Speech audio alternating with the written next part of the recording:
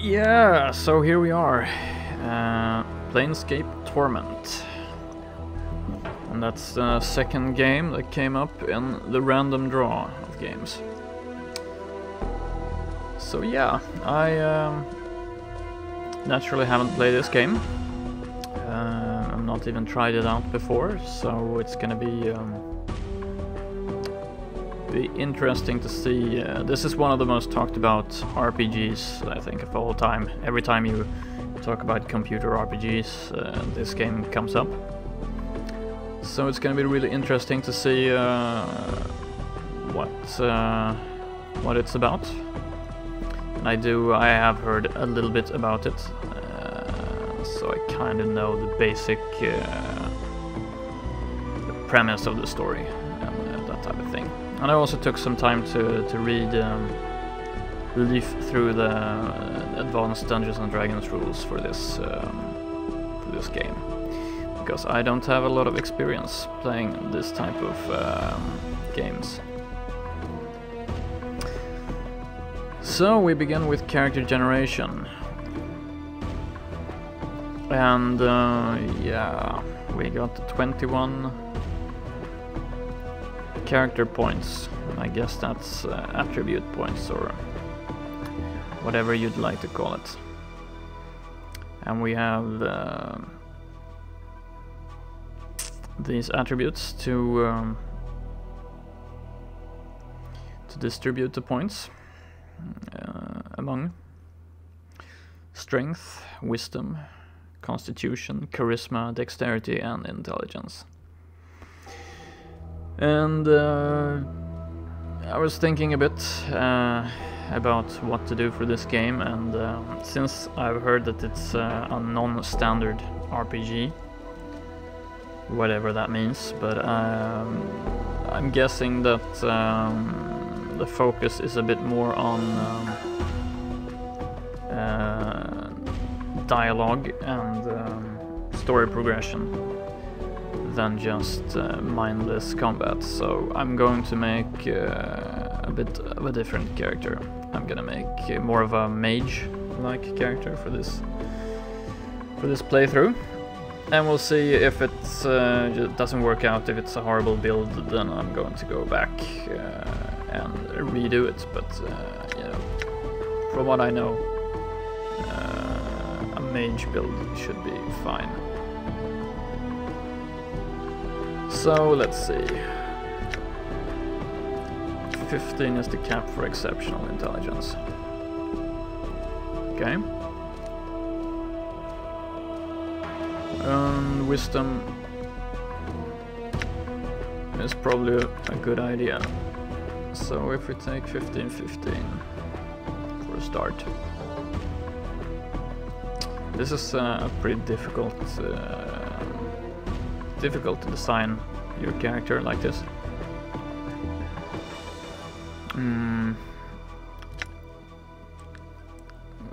Charisma represents persuasion, personal magnetism, and ability to lead.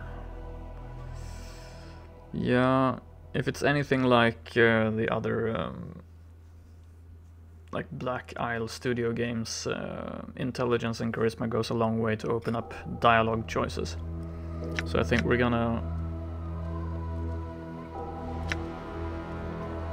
at least go with an above average charisma. And then the question is, what do we do with the rest? The rest of these points. Do we want to average it out? Or is that a bad idea? Constitution is for hit points, which might be a good idea. We can't really get... we can't get...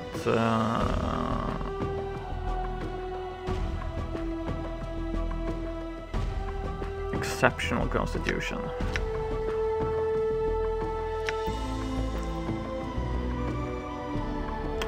So either above average constitution and one more point into intelligence or wisdom, or just 16, 16 and 12 constitution. yeah, I think this is gonna be our stats, and they might be completely useless, but I'm willing to try this out. And the character name is the Nameless One, because you cannot name your character in this game. You start off with amnesia, if I'm not mistaken, so you don't know who you are in this game. So yeah, let's try this out. And of course, I'm playing this with some modifications and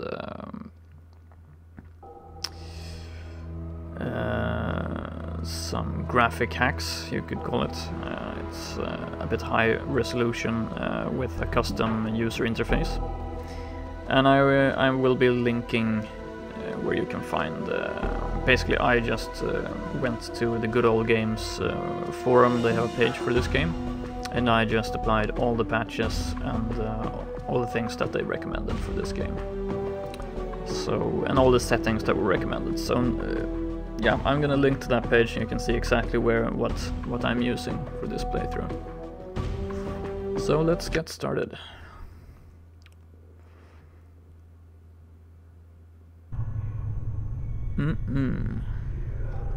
Laid out on a slab. Hey, Chief. You okay? You playing corpse or you putting the blinds on the dusties? I thought you were a deader for sure. Talking skull. Yeah, who are you?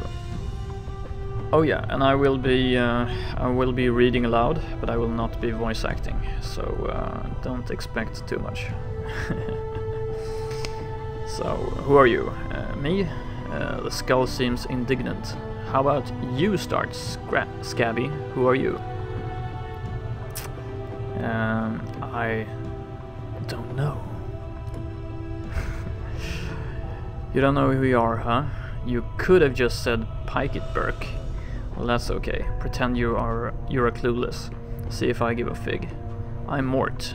Hail, we meet, and all that wash. Where am I, Mort?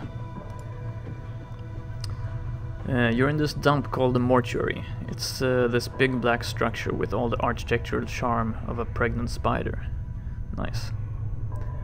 The Mortuary. Am I dead? No shit, Sherlock. Well, now, I don't know about that, but the Mortuary is the closest thing to a morgue you're gonna find in this burg. Burkes haul dead bodies here, bury 'em, burn 'em, and if you're really lucky you get brought back to life as a slave. Not the best spot on the plains to be, if I was you. If I was you, I'd dig up the nearest exit and give this place the laugh. Interesting. I'm sorry, the Mortuary. What is this place? Like I said, the Mortuary. You okay, Chief? You don't look too good. How do I look? How badly scarred am I? Scarred? It's like some basher decided to paint you with a knife. You're scarred all over, even on your back. Sept pauses. Say, you got a whole tattoo gallery on your back, Burke. Spells out something.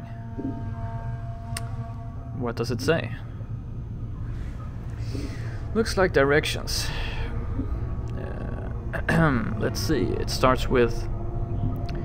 I know you feel like you've been drinking a few kegs of Styx wash, but you need to center yourself. Among your possession is a journal that'll shed some light on the dark of the matter. Farad can fill you in on the rest of the chant, if he's not in the dead book already. Don't lose the journal, or we'll be up the Styx again. And whatever you do, do not tell anyone who you are or what happens to you, or they'll put you in a quick pilgrimage to the crematorium. Do what I tell you. Read the journal, then find Farad. Okay? Yeah, no wonder my back hurts. All that written on it. Do you know someone named Farad? Nobody I know. Then again, I don't know many people. Still, some Burks got to know where to find this guy. Once we get out of here, that is. Did I have a journal with me when I was lying here? Nope, you were stripped to the skins when you arrived here. Besides, looks like you got enough of a journal written on your body.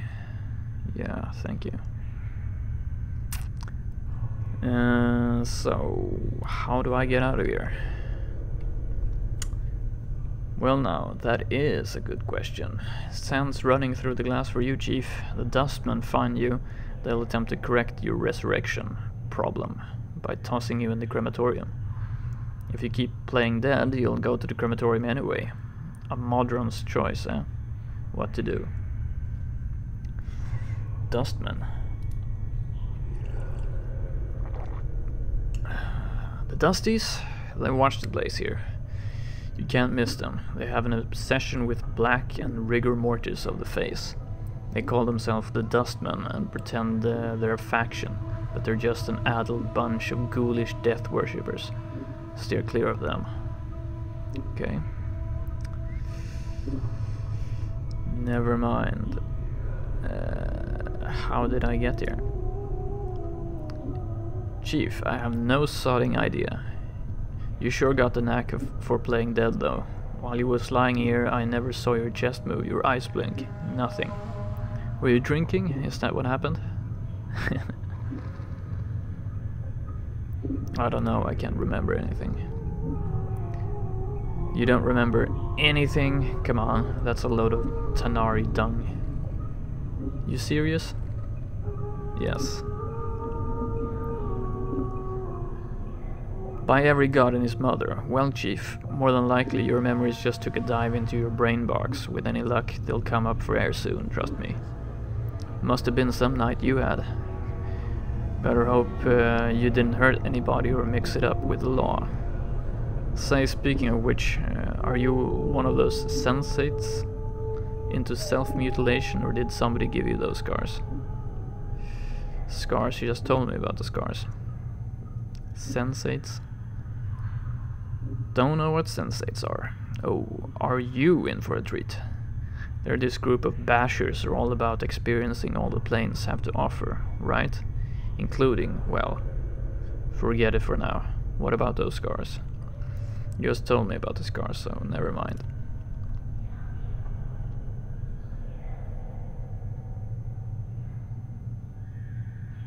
Who are you?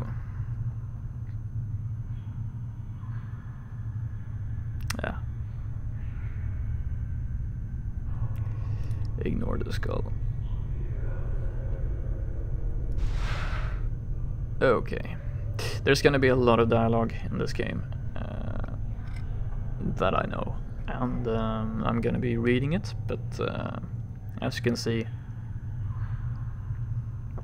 this is about the quality that I'll have for my reading. Priest skull dialogue, whatever. Hey, Chief, you okay? You playing corpse or you putting the blinds on the dusties? I thought you were a deader for sure. I can't remember. Next time you spend the night in this burg, go easy on the bub.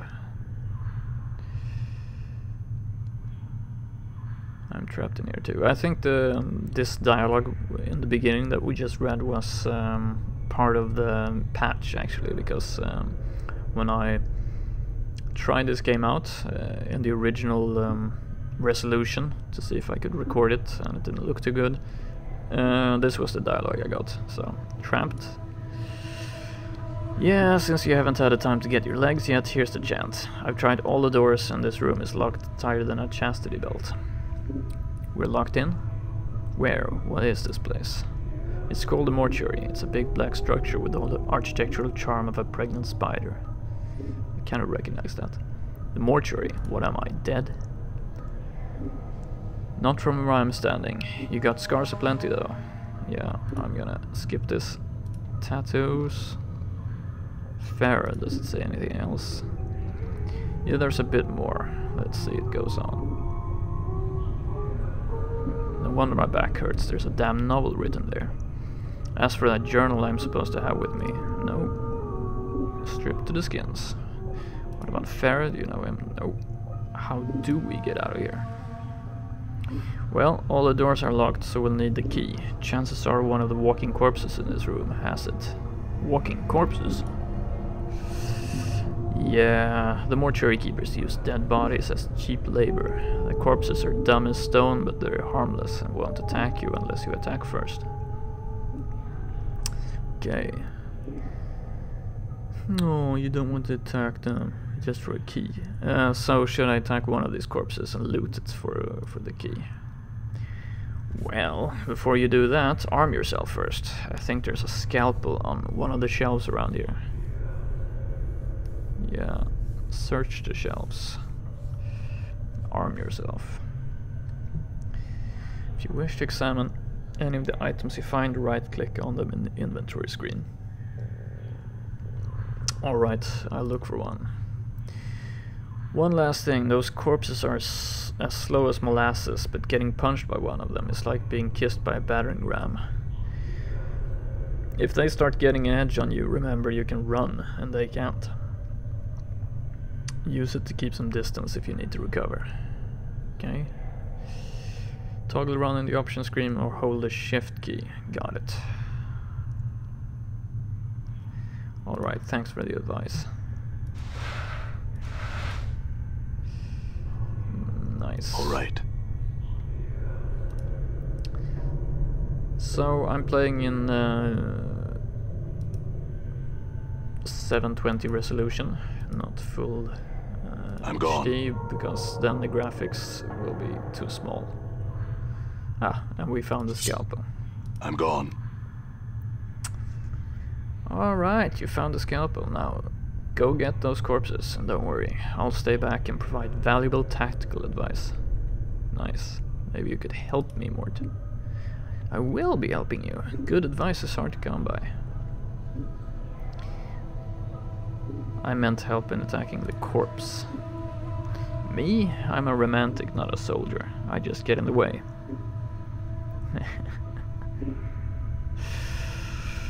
I'm not gonna threaten the skull.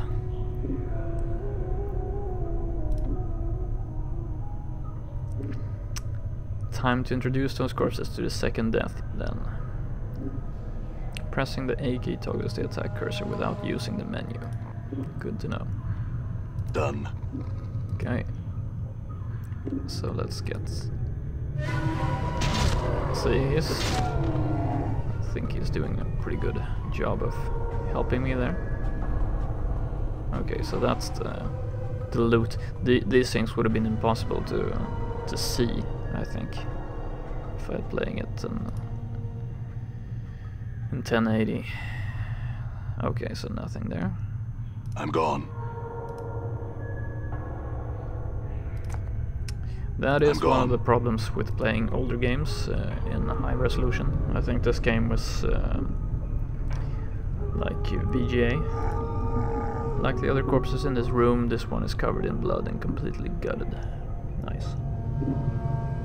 All right. Dried blood covers the slab surface.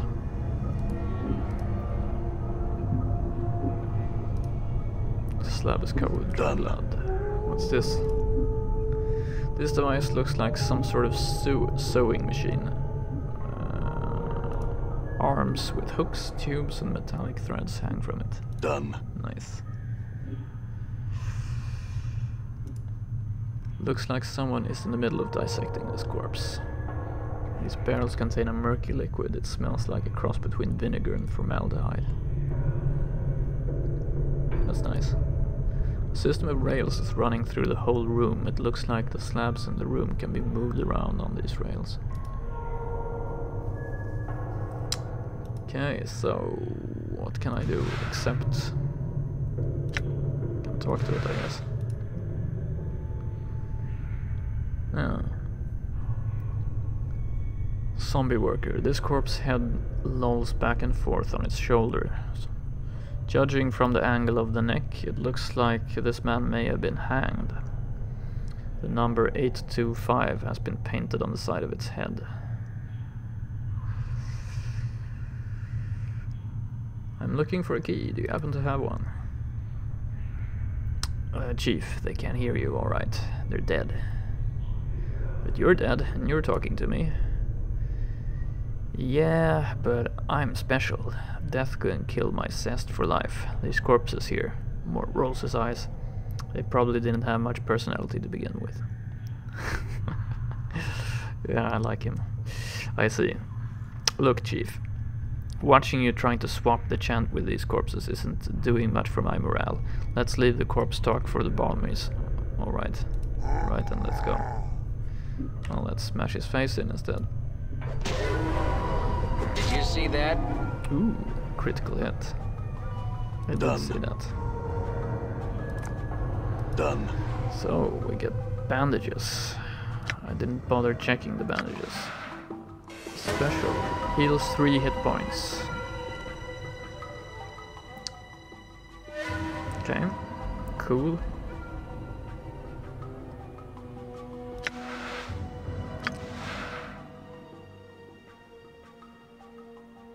Surgical cutting tool. Maybe I should put it in my hand if I want to use it. Nice. Eyeball. I can... This is your eye. It looks like it's seen better days. Cool. So for example, this inventory screen was really small in 1080, so I chose 720 as a good compromise, I think. You can still see all the stuff.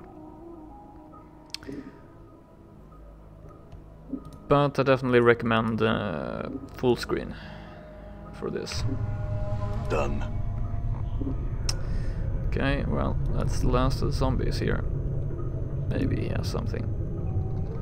This corpse stops and stares blankly as you approach. The number 782 is carved into his forehead and his lips have been stitched closed. The faint smell of formaldehyde emanates from the body.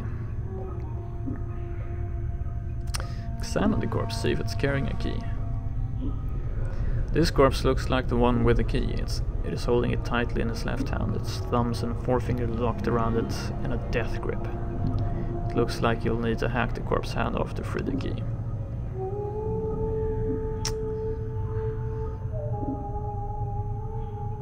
I need that key, corpse. Looks like you're not long for this world. Nice. Mort is pretty good fighter. Preparation room key. Oh yeah, how do I check Mort's? What's up? Yeah.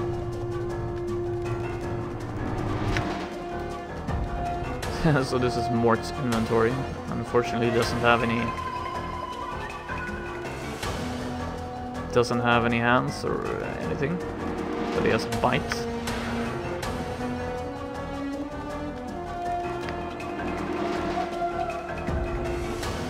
Damage 1 to 3 piercing. Proficiency fists. Don't ask. Pretty cool. Okay. I'm just gonna go around. Lower the music. There we go. And I might want to save this game, actually.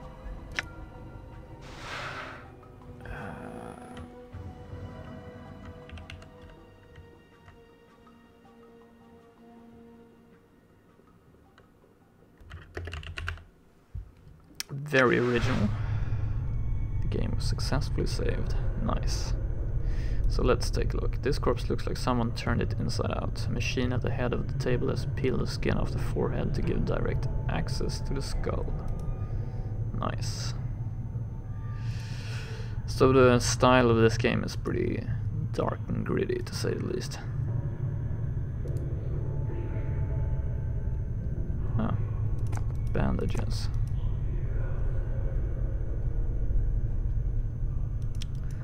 Don't want to do the mistake of missing something vital in the first room. Done. Okay. Done. Okay, that's not the door that we're supposed to unlock. Did I check this? Probably. Yeah. I'm gone. All right. Okay. Done. So we use the key.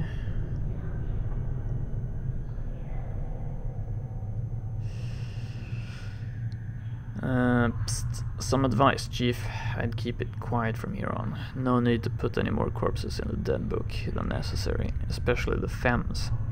Plus, killing them might draw the caretakers here. I don't think you mentioned it before. Who are these caretakers? Yes, we did mention it. They call themselves the Dustmen. You can't miss them. They have an obsession with black and rigor mortis. They believe everybody should die, sooner better than later. I'm confused. Why do these Dustmen care if I escape?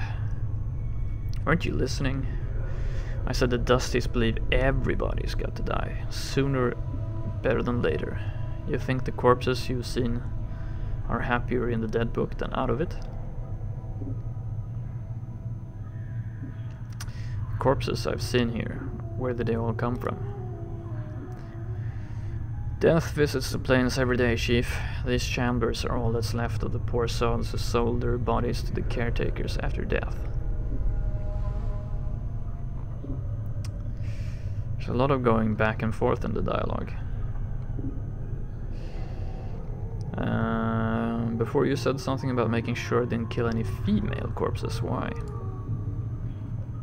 Well, are you serious? Look, Chief, these dead chits are the last chance for a couple of hardy bashers like us. We need to be chivalrous. No hacking them up for keys, no lopping their limbs off, things like that. Last chance? What are you talking about? Chief, they're dead.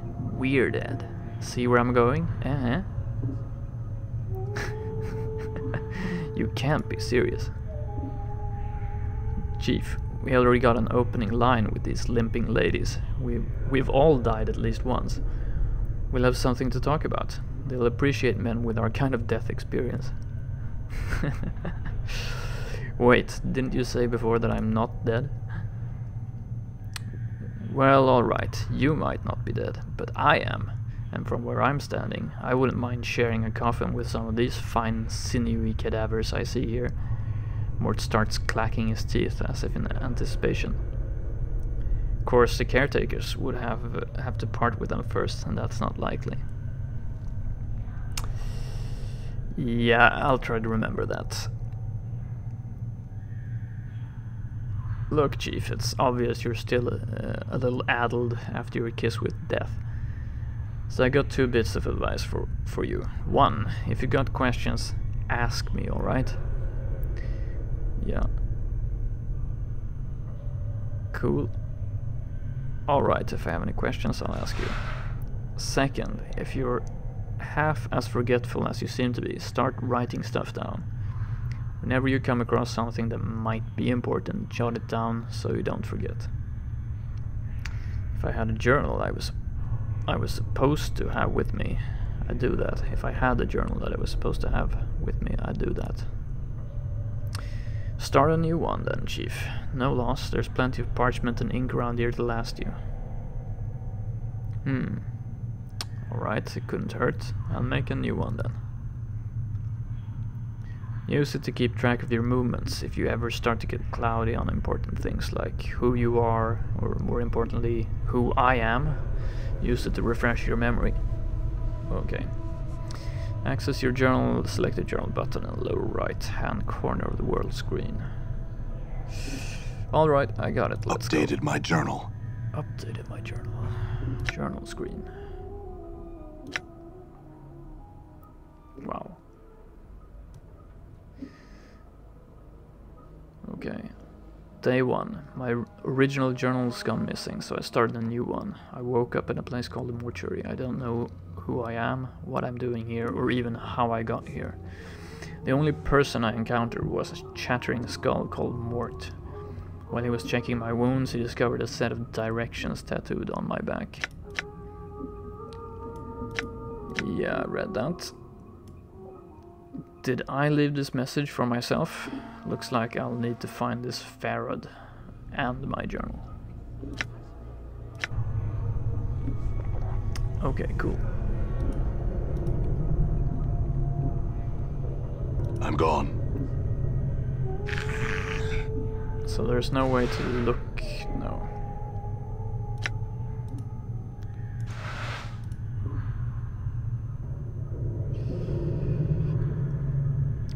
The shambling corpse gazes at you with vacant eyes. Her skin is paper thin, almost wispy. It's like someone draped a sheet of cobwebs across her frame. The number 594 has been scratched onto her forehead with a charcoal pencil. Yeah, I'm not gonna hit on a corpse. Psst. You see the way she was looking at me, huh? You see that? The way she was following the curve of my occipital bone?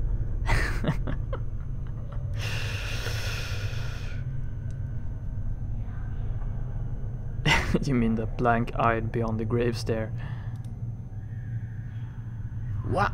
Are you blind? She was scouting me out. It was shameless the way she wanted me.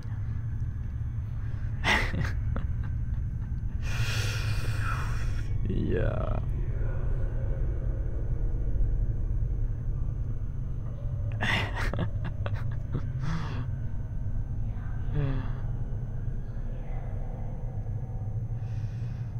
Yeah, whatever, Mort. Let's go.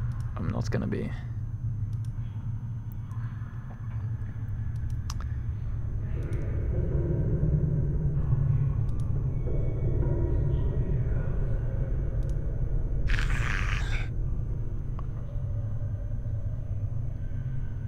Corpse is lumbering along a triangular path. Once it reaches one of the corners of the triangle, it pauses, then turns and staggers towards the next corner. It has 965 tattooed on the side of its skull. As you approach, it halts and stares at you.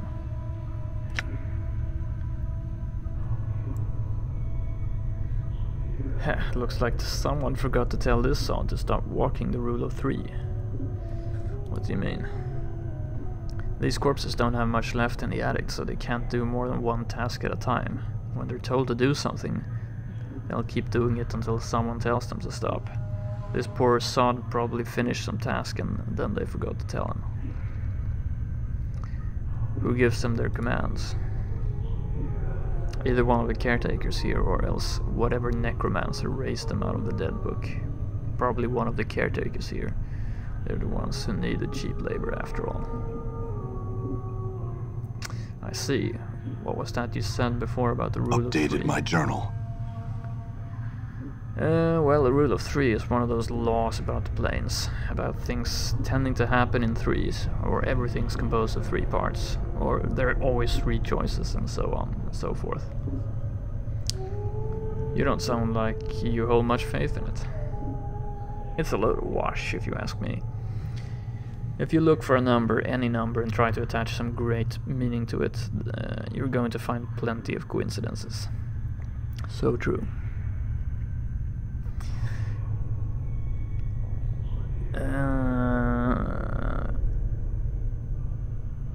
Alright, let's examine the corpse. Leave it alone. Doesn't seem to be anything interesting there. Check this one out. The left side of this woman's face looks as if it was caved in with a club. Her flesh sags in bruised, swollen clumps over a ruined skull. Number 626 has been stitched onto the corpse's right cheek, just below the eye. I so want to lie in her coffin.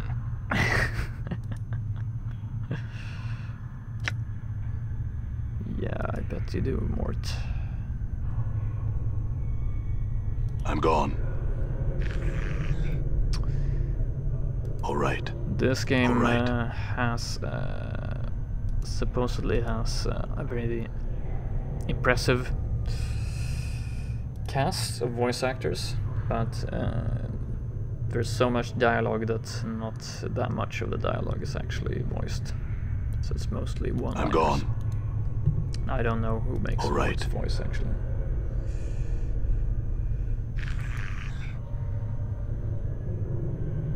Done. So there's some shelves we can check out. Receiving room logbook. Interesting.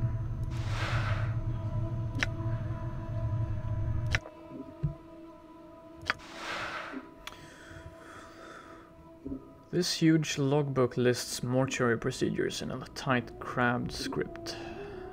All shells entering the mortuary are to be delivered to the receiving room and logged with a scribe on duty before embalmed or cremated.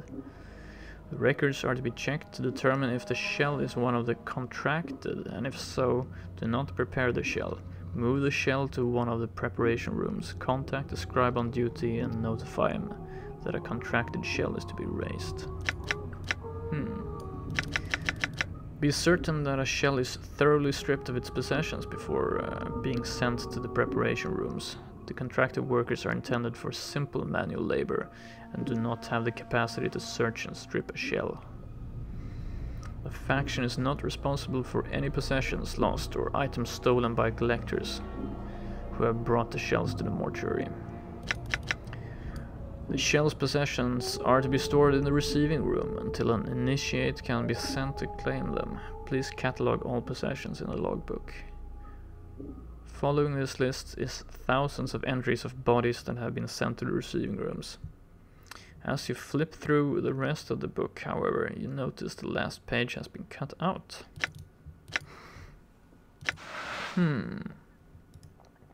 Now, why would anyone cut out the last page?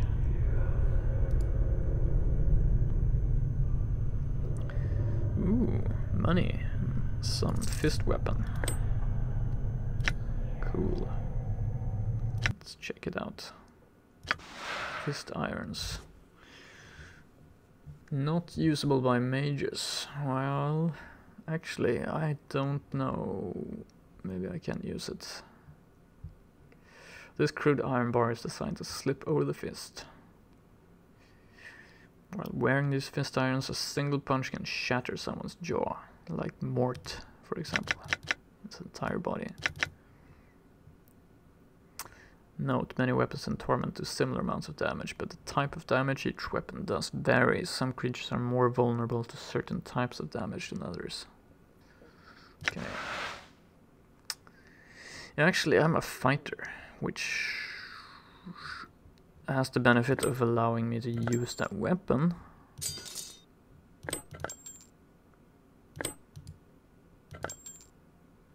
But on the other hand, my stats are for a mage. So if we're really unlucky, we might have to re-roll. But you know, I think we can probably change our class, I think. Because I never got the option to change.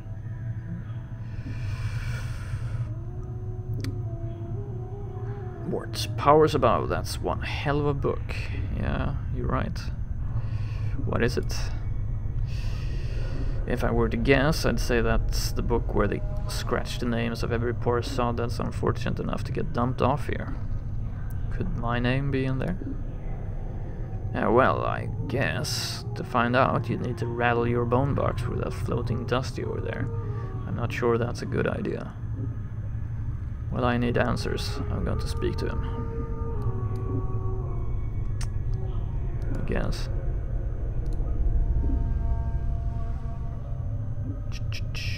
I'm not gonna read all these zombies because it seems like there's not anything.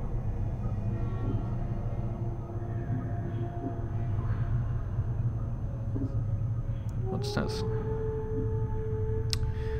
Okay, I'm gonna read this one. Number 1201 has been inked on the forehead of this corpse, and the ink has run down its eyes, cheeks and jaw. As you follow the ink tears down the corpse's face, you notice it has run into the stitching sealing the corpse's lips and has caught on what looks like the corner of a note stuck in the corpse's mouth. So yeah, so it kind of pays off to look at all the corpses. Try and pull the note out. The note has mingled with ichor in the zombie's mouth. If you try to pull the paper out through the cross stitches, it would tear the paper to shreds. Hacking up the corpse to get at it looks like it will destroy the note. You'll need to find a delicate way to remove the stitches. Well, use the scalpel to cut through the stitches. 250 experience, nice. You deftly slice through the stitches, sealing the corpse's mouth, and the jaw sags open. You carefully pull the note from the corpse's mouth. Despite the condition of the paper, the writing on it still appears legible. Note: to read notes, books, or scrolls, place the item in your inventory. Right-click on them.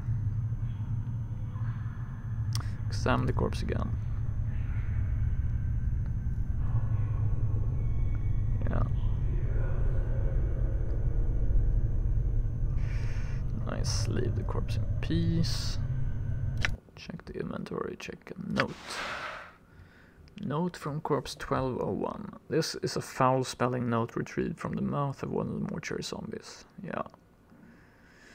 Please, to whatever dustman reads this, I beg of you, I know of my legal obligations under the terms of the dead contract, but I am prepared to offer more than my signing fee, if you will cremate my body rather than erasing it. I have arranged for this note to be left with my body upon my death. If you're reading this, then please use this note as instructed and accept the result in exchange for my contracted duty.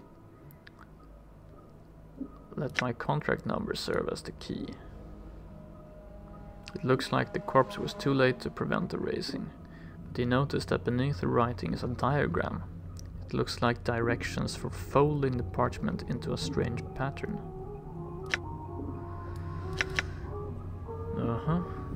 Note: if you are ever capable of examining an object further or performing an action on the object outside of the world screen, a use button will appear for the object on this examine screen. This button allows you to manipulate the item through a dialog screen. If you wish to examine the diagram on this note further, select the use button below. Okay.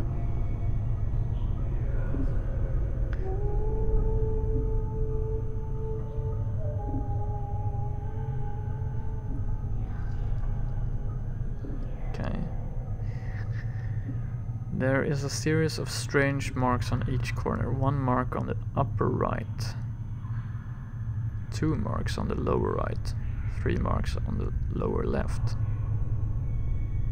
and no marks on the upper left. Okay.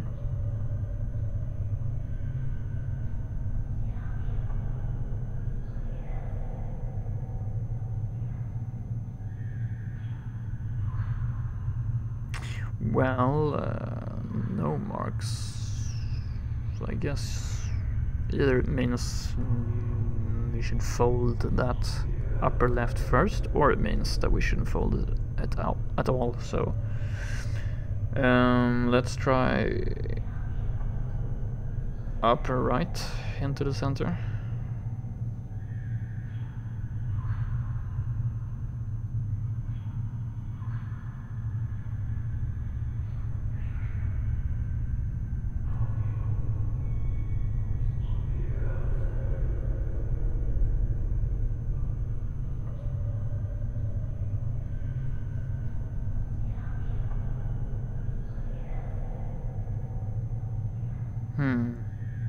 Yeah, well, let's try it.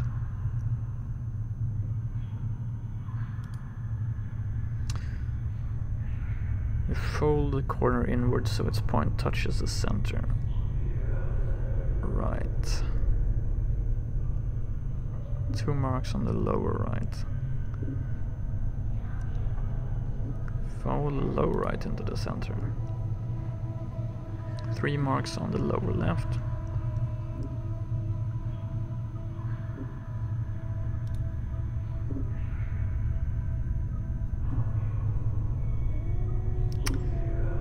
Now unfold the note.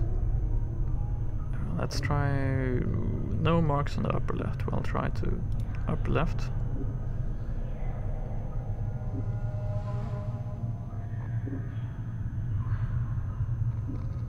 Upper right, lower right, and then lower left.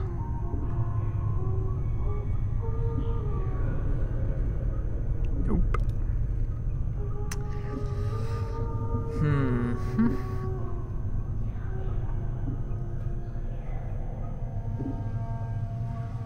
One mark on the upper right, 2 marks on the lower right.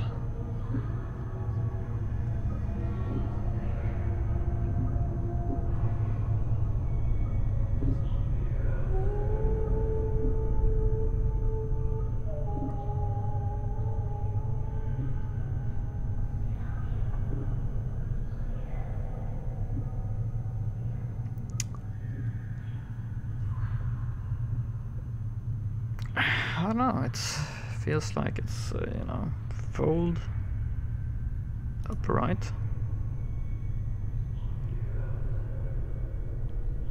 fold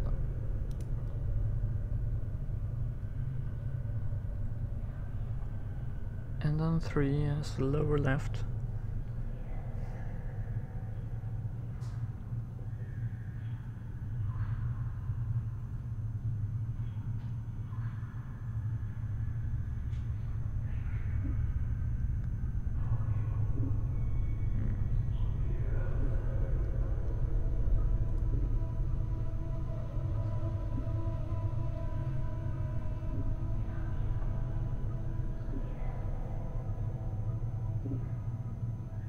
Or wait, is this the rule of 3?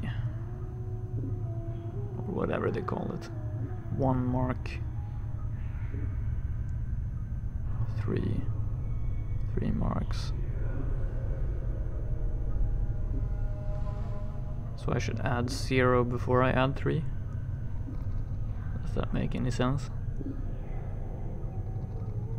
So I do this opposite.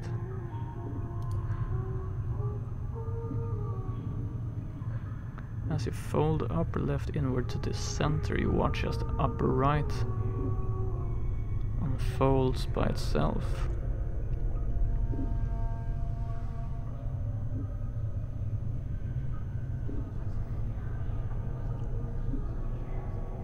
Okay, something interesting happened there.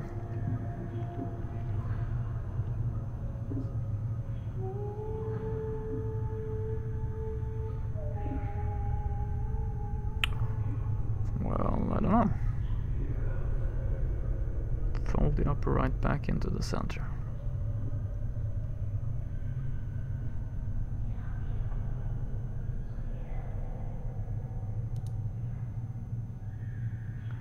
As you fold the upper right corner back to the center, the lower left corner mirrors the action. Yeah, okay. Until all the corners touch in the center. You watch for a moment, and the corners of the paper rise up, turning the note into a small 4-sided paper pyramid. Open the sides of the pyramid. You peel back the sides of the pyramid, and the paper disintegrates to dust. Inside is a small triangle-shaped earring. It catches the light and gleams brightly. Yeah, take the triangle earring. This was the bribe that they were supposed to give to. Triangle earring. You received a small earring from folding a note into in the mouth of one of the walking corpses in the mortuary. It's a beautiful earring, but despite its beauty, all it seems to do is remind you how strange this world you've woken up is. Some items are magical but require that they be identified before they can be used. If you cannot determine what an item is at first glance, then you may need to take it to someone with a higher lore skill than you or your party members. Well, I have the option to identify here, so let's try it. Nope, I don't have anything like that. Okay, so it requires higher lore. And lore, I think, is based on wisdom. And I have a lot of wisdom, so I guess that's either very powerful or... I don't know.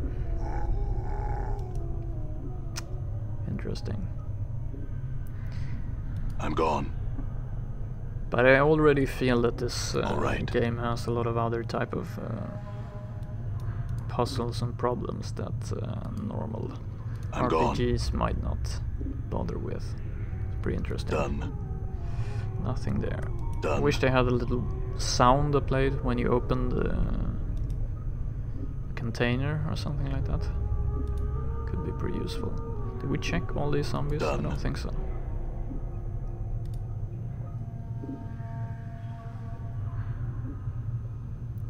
This female corpse is making the rounds. Her hair is knotted into a long braid and looped around her neck like a noose. Hello, my sweet cadaverous beauty. My God, Mort. Okay, so let's talk to this guy. I'm gone. Let's save as well.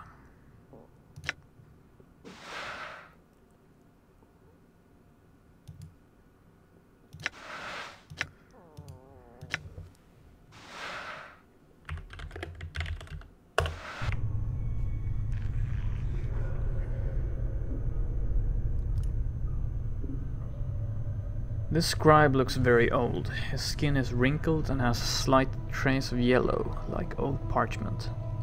Charcoal grey eyes lie within an angular face, and a large white beard flows down the front of his robes like a waterfall. His breathing is ragged and irregular, but even his occasional coughing does not slow the scratching of his quill pen. Greetings. Mort. Whoa, Chief, what are you doing? I was going to speak with the scribe. He might know something about how I got here. Look, rattling your bone barked with dusties would be the last thing. Before Mort can finish his rant, the scribe begins coughing violently. After a moment or two, the coughing spell dies down and the scribe's breathing resumes its ragged wheeze. And we especially shouldn't be swapping the chant with sick dusties. Come on, let's leave. The quicker we give this place a laugh, the better. Before Mort can finish, the scribe's grey eyes flicker to you. The weight of years hangs heavy upon me, restless one. He places down his quill. But I do not yet count deafness among my ailments. Restless one, do you know me? Know you? There's a trace of bitterness in the scribe's voice as he speaks. I have never known you, restless one. No more than you have known yourself. He is silent for a moment. For you have forgotten, have you not? Who are you? As always, the question, and the wrong question as always. He bows slightly, but the movement suddenly sends him into a bout of coughing. He pauses for a moment, catches his breath. I am Dhal. Well, perhaps you can answer some questions for me, Dhal.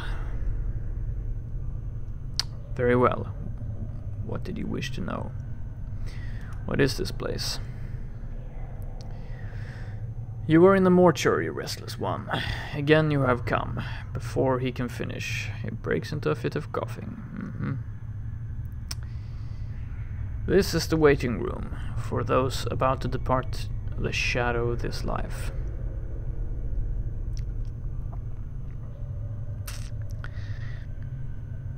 Shadow of this life? Yes, a shadow. You see, restless one. This life, it is not real. Your life, my life, they are shadows. Flickerings of what life once was. This life is where we end up after we die, and here we remain, trapped, caged, until we can achieve true death. True death. True death is non-existence, a state devoid of reason, of sensation, of passion. A state of purity. Sounds like oblivion. Why would anyone want that? Is it worse than remaining in the shadow of what life once was? I think not. Let's go back. Shadow of life. What makes you think this life isn't real? What makes you think this life is real? Look inside you. Do you not feel something lacking? Dhal shakes his head. This is a purgatory. There is only sorrow here, misery, torment. These are not the elements that make up life. They are part of the cage that traps us in this shadow.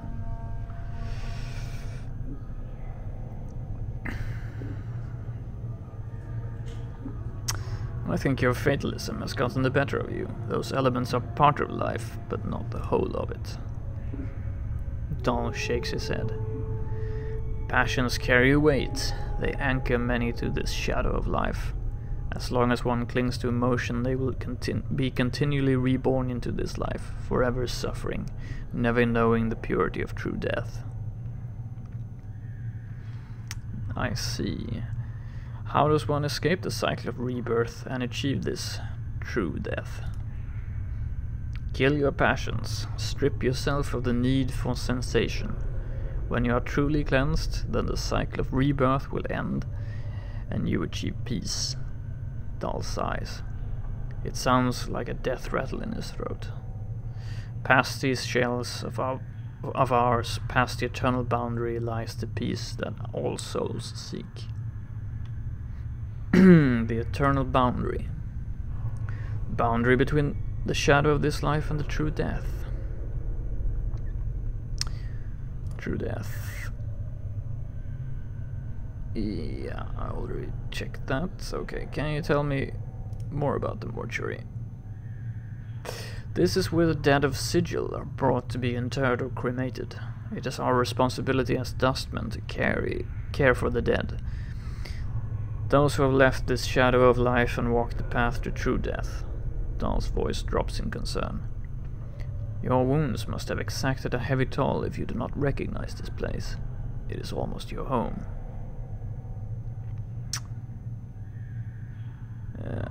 Wounds? Yes, the wounds that decorate your body. They look as if they would have sent a lesser man along the path of the true death. Yet it seems as if many of them have healed already. Dhal coughs violently for a moment, then steadies himself. But those are only surface wounds. Only surface wounds. Updated my journal. I speak of the wounds of the mind. You have forgotten much, have you not? Mayhap your true wounds run much deeper than the scars that decorate your surface. But that is something that only you would know for certain. Oh. Dustmen. We dustmen are a faction, a gathering of those of us that recognize the illusion of this life. We await the next life and help others on their journey. Perhaps you can explain why the dustmen want me dead. Dhal sighs. It is said that there are souls who can never attain the true death. Death has forsaken them, and their names shall never be penned in the dead book. To awake from death as you have done suggests you are one of these souls. Your existence is unacceptable to our faction. Unacceptable? That doesn't sound like it leaves me in a good position. You must understand, your existence is a blasphemy to them. Many of our faction would order you cremated, if they were aware of your affliction. You're a dustman, but you don't seem to be in favor of killing me. Why not? Because forcing our beliefs upon you is not just. You must give up this shadow of life on your own, not because we force you to. Dhal looks about to break into another coughing jag, but he managed to hold it in with some effort. As long as I remain at my post, I will protect your right to search for your own truth. What is your post? I am a scribe, a cataloger of all the shells that come to the mortuary. As long as the stream of corpses flows through the mortuary, I shall remain at my post. You say that I have been here more than once. How is it that the dustmen do not recognize me? My journal. I am the one that catalogs the shells that come to our halls, Restless One. Only I see the faces of those that lie on our slabs. The dark of your existence lies safe with me. Well, that's good to know. Sigil. Sigil is our fair city, Restless One. I see. More questions? How did I get here? Dhal snorts in contempt, as if he finds the memory repugnant. Your moldy chariot ferried you to the mortuary, Restless One. You would think you were royalty based on the number of loyal subjects that lay stinking and festering upon the cart that carried you.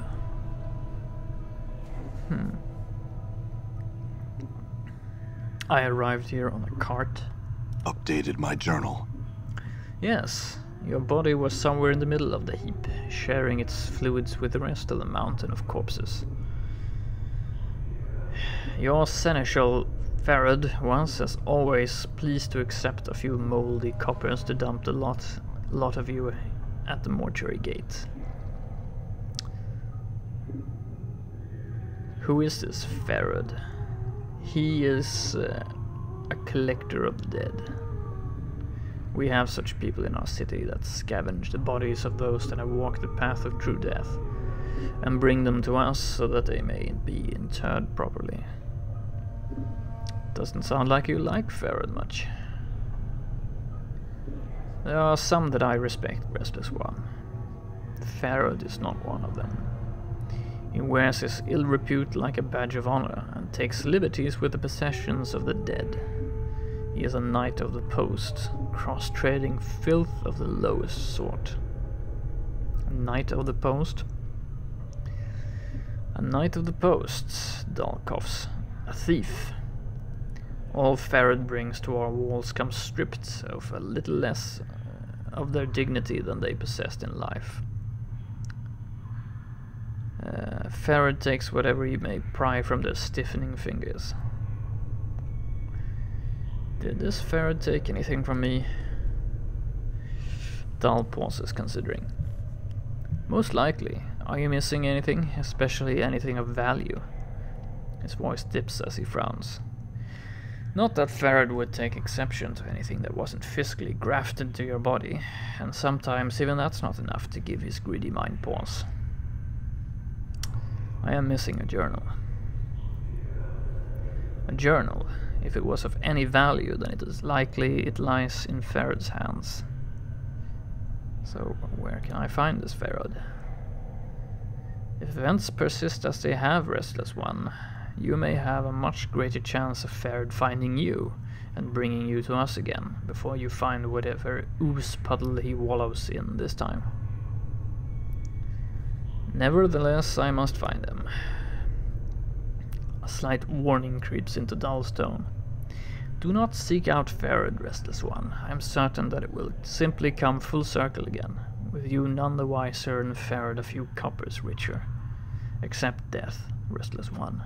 Do not perpetuate your circle of misery. I have to find him. Do you know where he is? Updated my journal. Dhal is silent for a moment. When he finally speaks, he seems to do so reluctantly. I do not know under which gutterstone Farad lairs at the moment, but I imagine that he can be found somewhere beyond the mortuary gates, in the hive. Perhaps someone there will know where you can find him. Right. Yeah. I have some other questions.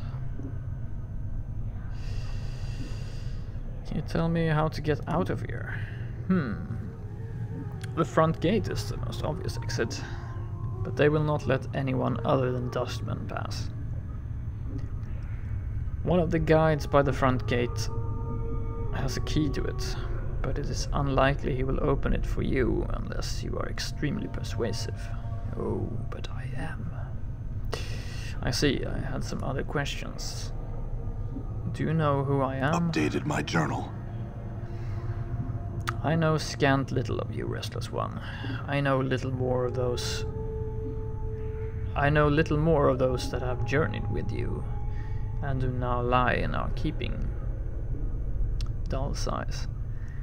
I ask that you no longer ask others to join with you, Restless One. Where you walk, so walks misery. Let your burden be your own. There are others who have journeyed with me, and they are here. Updated my journal. Do you not know the woman's corpse interred in the memorial hall below? I had thought that she had traveled with you in the past. Dhal looks like he's about to start coughing again. Blah blah blah. Am I mistaken?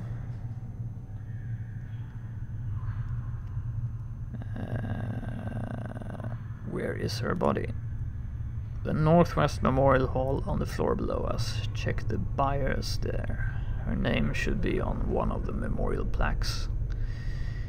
Mayhap that will revive your memory.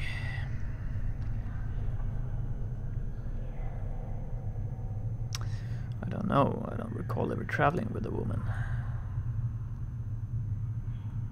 Dhal makes no response to this. He simply stares at you in silence. Before you said that there were others interred here who journeyed with me. Where are they?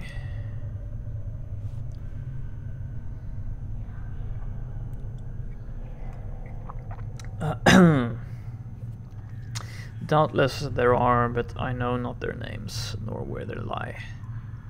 One such as you has left a path many have walked, and few have survived. Dhal gestures around you. All dead come here. Some must have traveled with you once.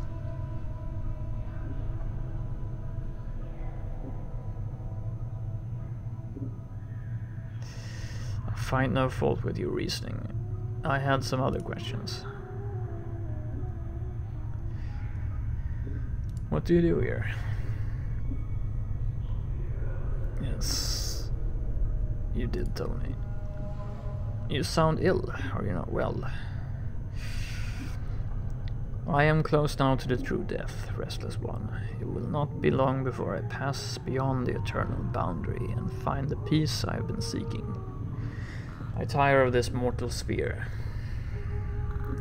Dhal gives a ragged sigh. The plains hold no more wonders for one such as I. Are you certain there might be some way I could help you? I do not wish to live forever, nor live again, Restless One. I could not bear it. Very well, I had some other questions, I think.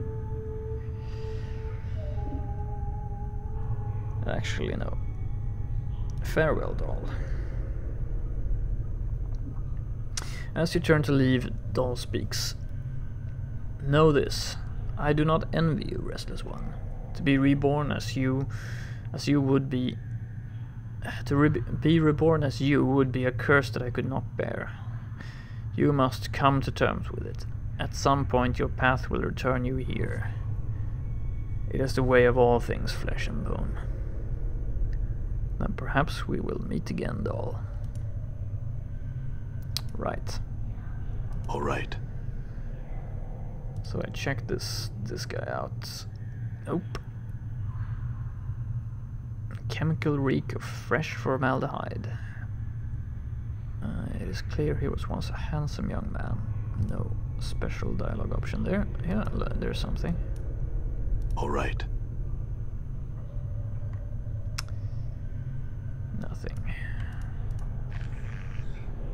I'm gone.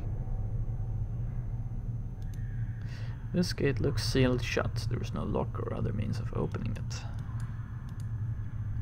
Right. Now, I did get a lot... Mort is a talking skull. His sole weapon seems to be his mouth. Whether by taunting or biting, he seems to be along for the ride. Whether you want him around or not. Nameless One. You are nameless. You awoke on a slab in the mortuary in Sigil, covered in scars and tattoos. Your memory's gone. Who has done this to you and why? You don't know yet, but you're going to find out. Sure as hell am. Dhal. Dhal is extremely old and definitely not human. His skin has a trace of yellow. Large white beard flows down. Dhal is a member of the Dustman faction. Yeah. He refers to you as the Restless One. He claims to protect your secret of rising from the dead from the rest of the faction. He seems to want you to work out what is keeping you from the true death on your own.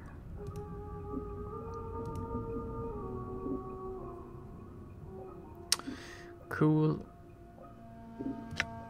So my journal.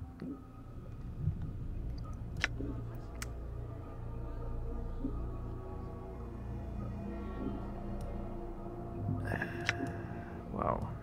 There's gonna be a lot of text here. Rule of 3, yes. I met a sickly scribe named Dhal. He knew I had forgotten myself before I even spoke to him. Did I know him before I lost my memories?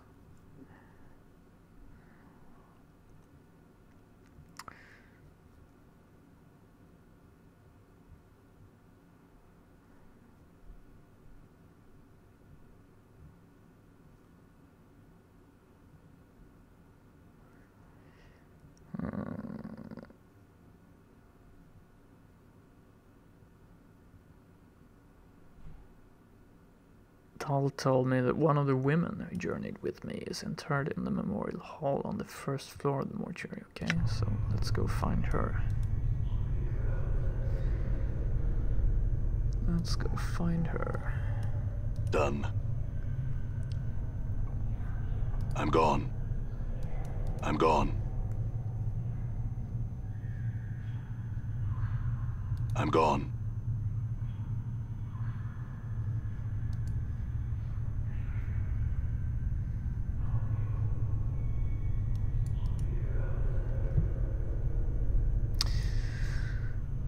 Zombie worker. This huge corpse is standing silently in a corner of the room facing the wall. He looks to have been a heavy-set man in his early years, and judging by the condition of the body, he died only recently. The freshly stitched number on his forehead reads 1664. This corpse looks like it is serving as a librarian, for it's carrying a huge stack of books in its arms. Examine the books. The books appear to be old mortuary ledgers, none of them of any particular interest. As you search through the text, however, you notice a loose page folded between two of the books. You're suddenly struck with the feeling that someone tucked it there to hide it. Well, I'll take it. The page doesn't look like it belongs with the ledgers. It looks like it belongs in a logbook. The tear is clean, as if with a knife, so you suspect the page was removed on purpose. Well, somebody did cut the page out of the logbook. Take a moment to read through the page. It has a list of dead bodies brought to the mortuary and logged in the receiving room. All the entries appear to be recent arrivals. Note to read: notes, books, or scrolls placed in your inventory. Yeah. Take the page with you and leave.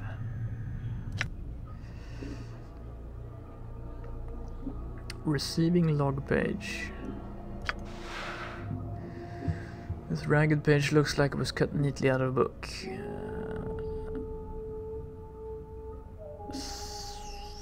16,537. Fifth night. Drunk. Chest wound. Cause of death. Mauling. Abishai. Collector. Pox. 3 commons. Paid. No possessions. Desiccated corpse, cause of death indeterminable, age of shell, prevents identification, collector Farad. 3 commons paid.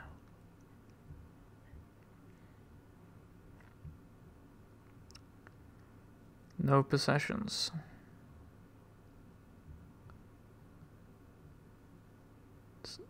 Stripped knife marks, evidence from dissection.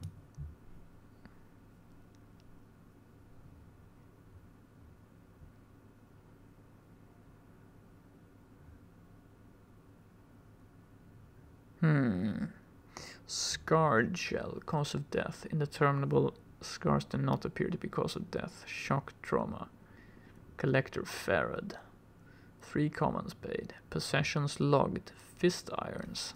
13 commons. That's the stuff I found. Middle table retrieving room.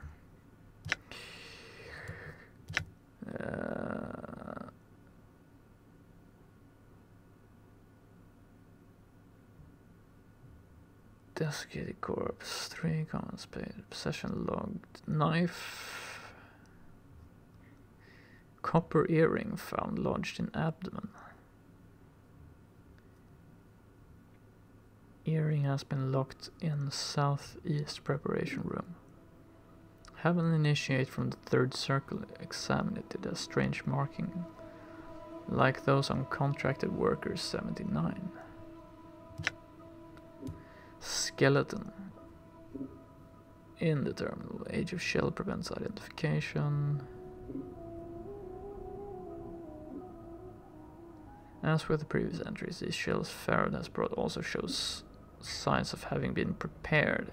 I have asked that Initiate Emmerich launch an investigation into the matter.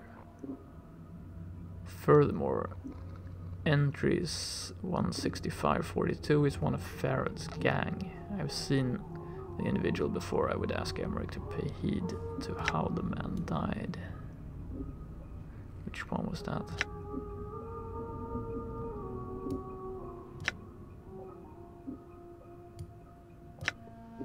This one. Tiefling male.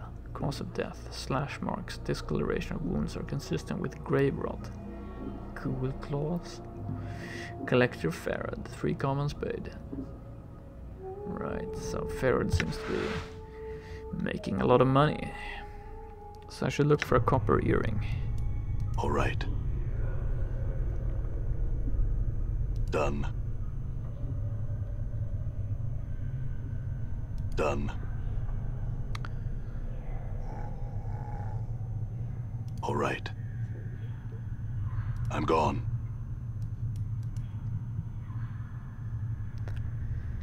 I guess.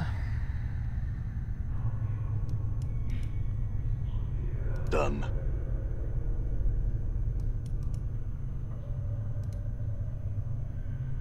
Bandage. I'm gone. I'm gone.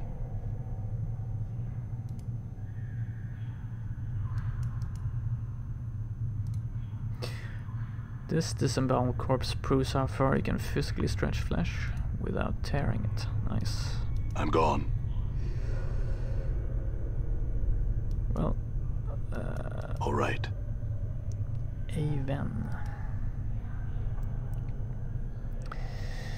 You see a slight young woman with pale features.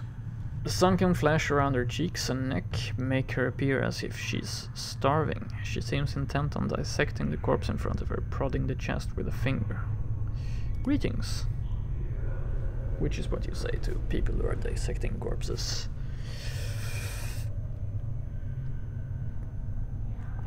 The woman does not respond. She seems too intent on the body in front of her. As you watch her work, you suddenly notice her hands. Her fingers are talons. They are darting in and out of the corpse's chest cavity like knives, removing organs.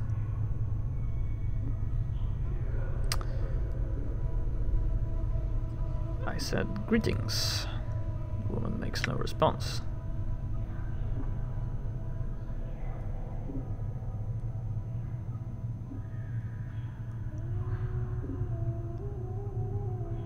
I think the dusty chit might be a bit short of hearing, Chief. Let's lay off it, shall we? What's wrong with her hands? Updated my journal. She's a tiefling, Chief. They got fiend blood in their veins. Usually cause of some ancestors of theirs.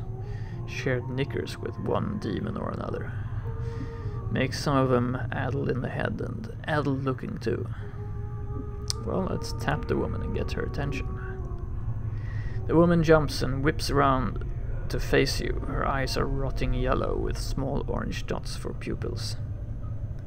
As she sees you, her expression changes from surprise to irritation and she frowns at you. Greetings. She doesn't seem to have heard you. She leans forward, squinting, as if she can't quite make you out. Whatever is wrong with her eyes must make her terribly nearsighted.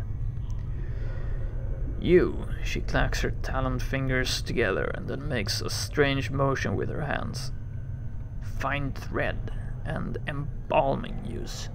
Bring here to Ivin. Go, go, go. Right. Note, you have been assigned a quest. Quests are displayed in your diary. Cool.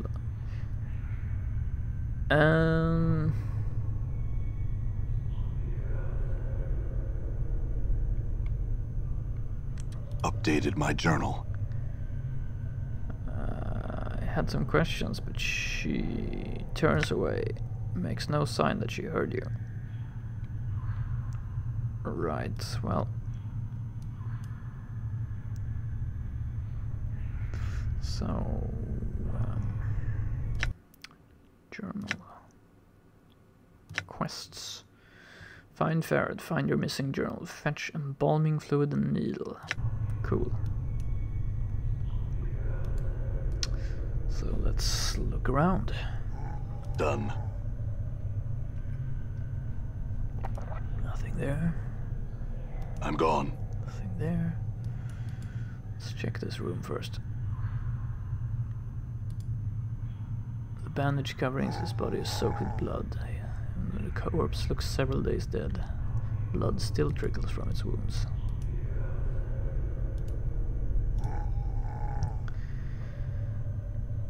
This heavily stitched corpse is shuffling lazily back and forth between two slabs. The number 506 has been stitched on its forehead and the side of its neck and its right arm. In fact, the skin of this peeling corpse has been sewn up with so many stitches. Its skin looks like a bizarre street map. Examine the stitches. The stitches encircle the corpse, running from its arms across its chest, up its neck, and into the damp mass of white hair. As you follow the crossroads of stitches, you notice someone has jammed a needle into the corpse's forehead. The needle is attached to a thread stitching up the side of the skull. You could probably unravel it if you had something to cut the thread. Yeah, cut the stitches with your scalpel. Cool. You slice the thread neatly with a scalpel and pluck out the needle and pull the stitches out. As you do, the skin covering the forehead peel backs to reveal the corpse's chalk-white skull, where, to your surprise, the number 78 has been chiseled.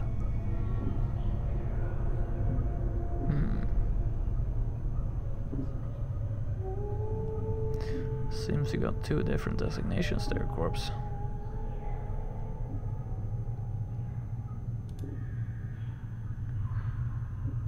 Yeah. Doesn't seem to respond. Another corpse on a stone slab. So checking the corpses out is a pretty good idea. This corpse, 985, has stopped dead in its tracks. Judging from the condition of its left leg, it looks as if some sort of tomb rot or corpse mold has eaten through its knee. The corpse is wobbling unsteadily back and forth. Yeah, I'm gonna leave these ones. All right. Don't seem to be a point. I'm gone.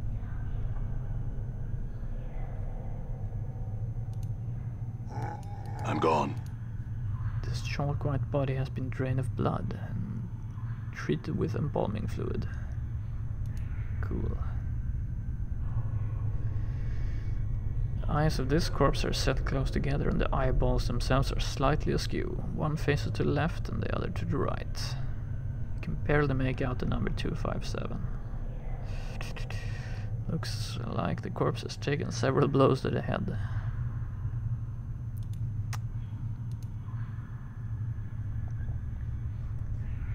So what did I get, by the way?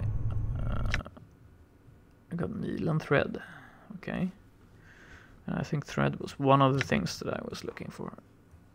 Yeah, needle. Cool, so now we only need embalming fluid. What's up? All right. So, we'll do we have a map, by the way? Yeah, we do. Okay. Makes sense. Second floor.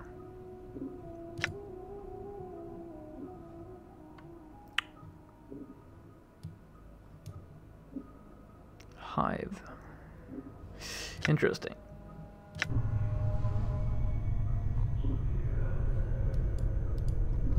Here's a door. I'm gone. I'm gone.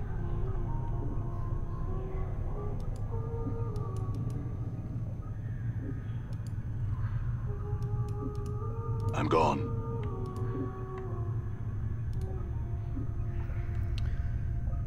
821. Nothing in particular, it seems. Done.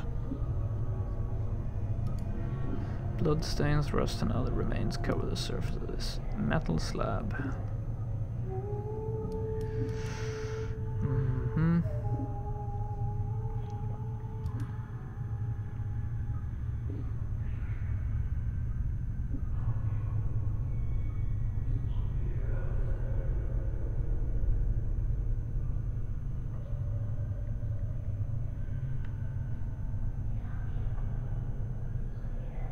Done. Nothing here at all, it seems.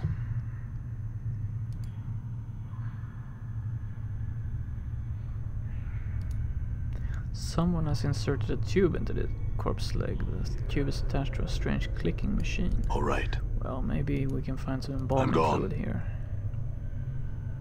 Yes, indeed. Cool.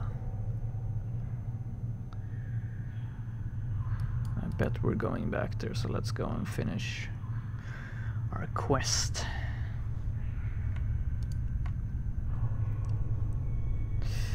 Okay, so time is actually running here. All right. Can be good to know. See, Ivin, she's still dissecting the corpse's chest with her talons. The rhythm of the talons reminds you of something, but you can't quite recall what. Watcher studied the motion of her hands. Updated my journal. As you study the motion of Ivin's hands, you feel a prickling along your scalp, and then suddenly you find your vision swimming, blurring, until...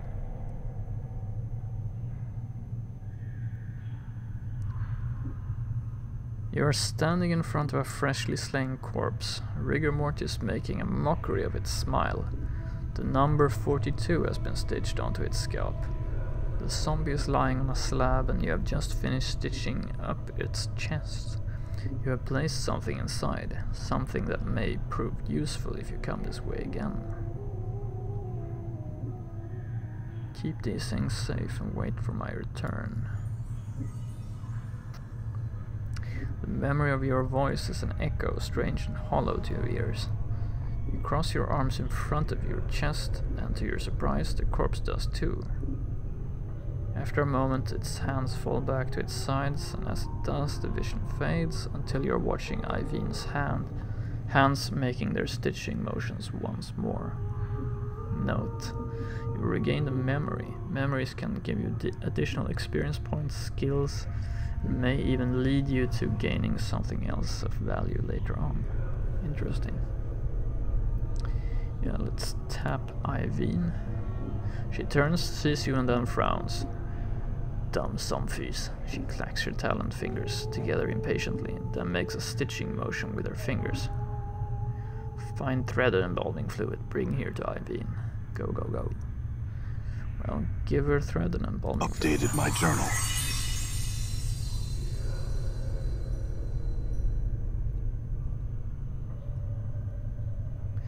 Without missing a beat, Ivin snaps the thread from your hands and hooks it around one of her talons, then begins sewing up the corpse's chest.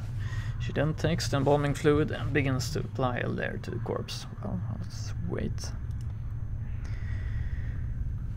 Within minutes, she is finished. She clicks her talons, then turns to face you. To your surprise, she extends her hand and drags her talons along your arms and chest. It's not that I'm not flattered, but...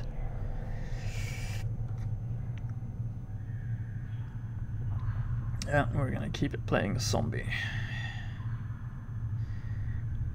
Of course, Mort gets in on the action. Looks like you have a new friend, Chief. You two need some time together, or... I'm just gonna keep playing a zombie, because she's almost blind.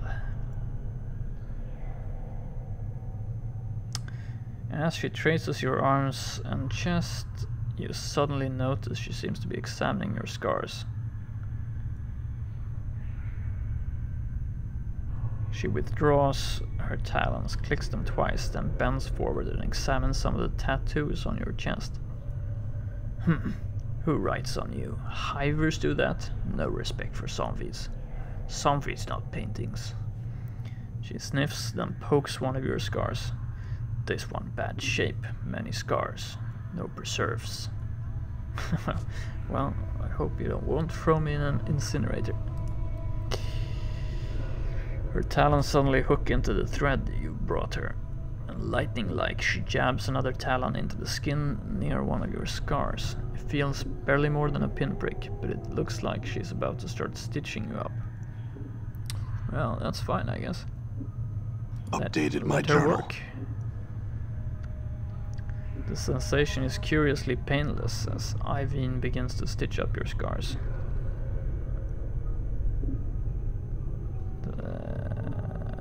When she's done, she sniffs you, frowns, then stabs her fingers into the embalming fluid. Within minutes, she has dabbed your body with the fluid, and strangely enough, it makes you feel better. Mort, this may be the second time in my life I'm thankful I don't have a nose. Okay, so what's the first time? Ivin puts the last touches on your body, gives you another sniff, nods, then makes a shooing motion with her talons. Done. Go, go. Cool. All right. So no idea what that did. I got some experience, I guess.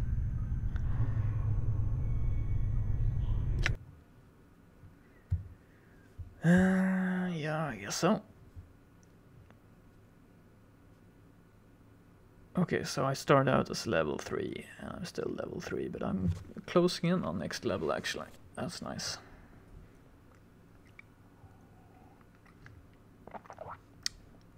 Cool.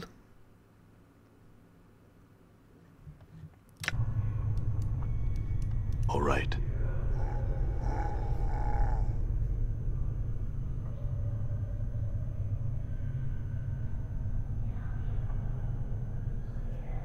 All right.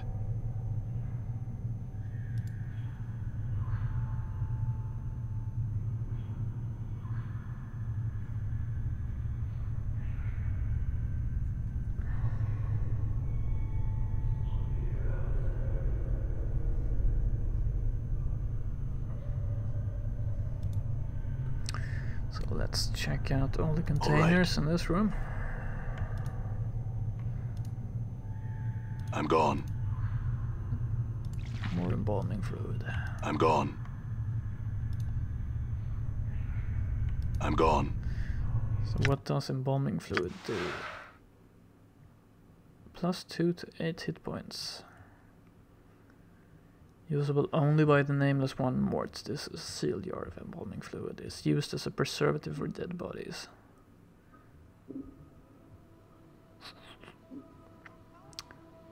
Okay, effects are temporary.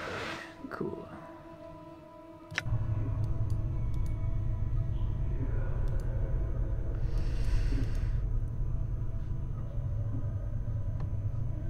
All right. Okay, so we have to go up the stairs Done. now, I guess. Locked. Mhm.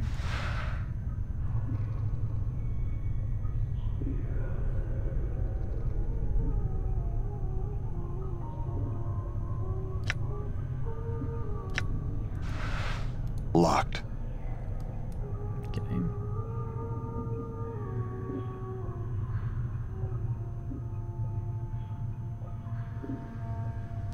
Can't pick locks, I guess.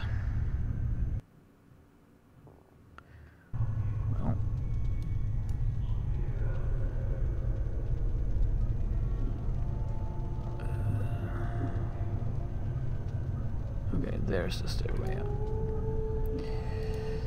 I'm gone.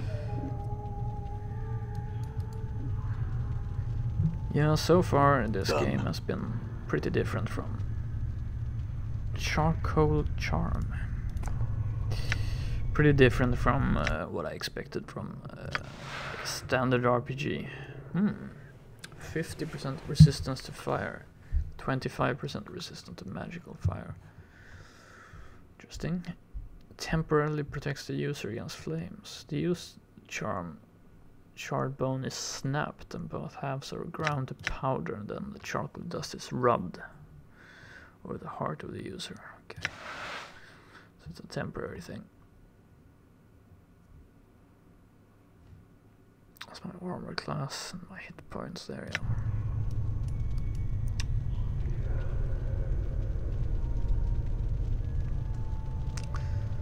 Looks a bit like I could use it here, actually. Skeleton worker.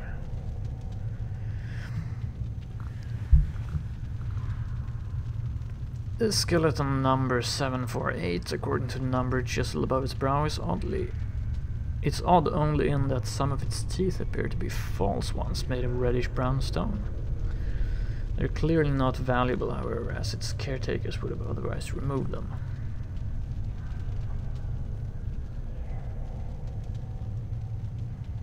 Examine the skeleton carefully. Someone has taken care to bind the bones of this skeleton with leather straps woven around the body in such pattern that they resemble muscles and tendons. The straps are secured to metal bolts punched into the skeleton's joints. This skeleton looks like it has seen a great deal of service. Many of its bones are chipped, and in its numerous fractures are bound with sealant and foul-smelling glues. Try and pry out the skeleton's joint bolts.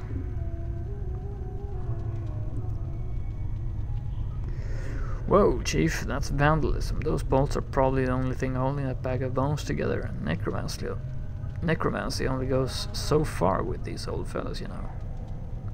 So? Alright then, maybe never mind, maybe some other time. Oh, it's not a problem. Mort does a strange bobbing motion that he thinks might be a shrug. Just wasn't sure if you knew that or not. By all means, go ahead.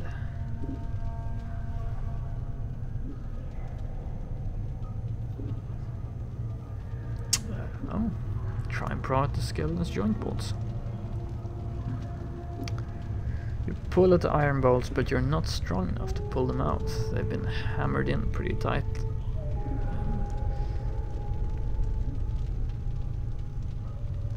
Maybe if I had the right tool I could get them out. I may be back, bones. Yeah, I'm not gonna insult everyone. Wonder if this Greybeard would mind if I borrowed his body. Greybeard.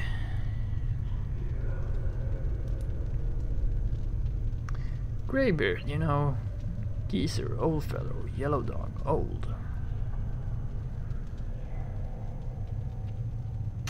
Well, I don't think he's in any position to object. Why not take his body? Something tells me you would be twice as annoying if you had arms. Let's go.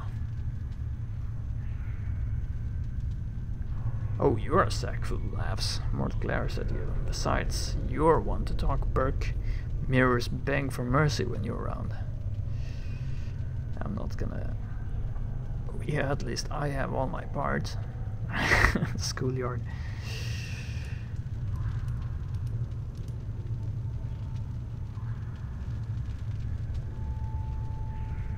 All right. Dustman. So let's talk to him and see what happens.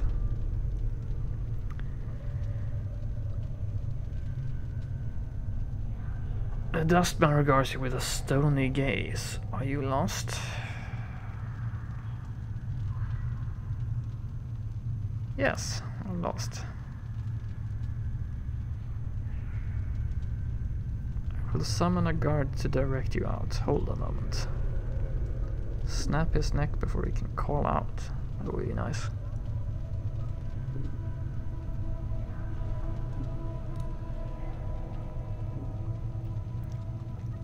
You are not fast enough, and the Dustman dodges as you lunge for him. Taking a step back, he claps his hands together sharply 3 times. In response, a great iron bell starts tolling throughout the mortuary.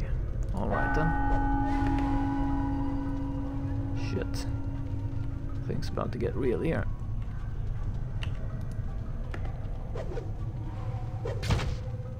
Nice.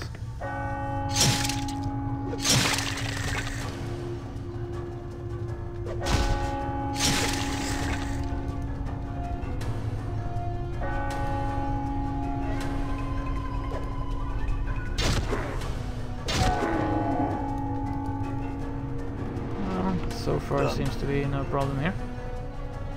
Dustman robes, copper earring, jagged knife, nice.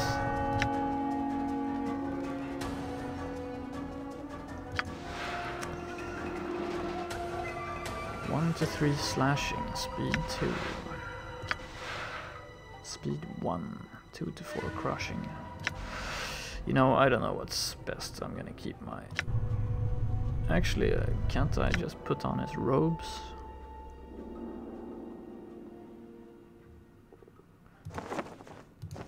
Yeah, I can.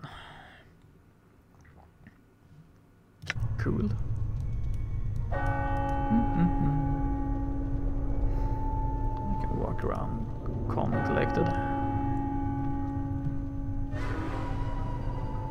Didn't work apparently.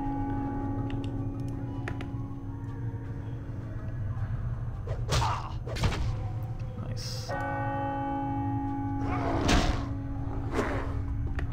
Using the knife, I should be using my fist irons.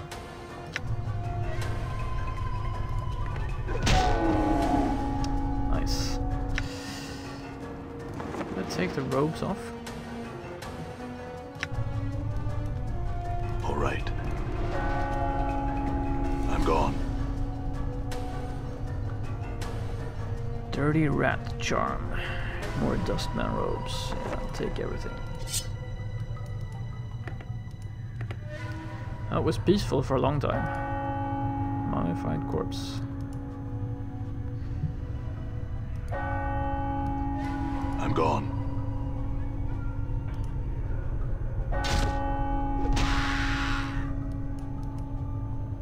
Yeah. Done. We're owning this place up. No problem. I'm gone. Needle and thread. All right. Junk. Okay.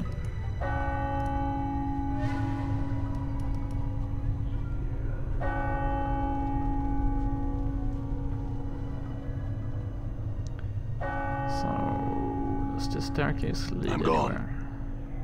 Nope. Let me back down. Okay. I'm gone.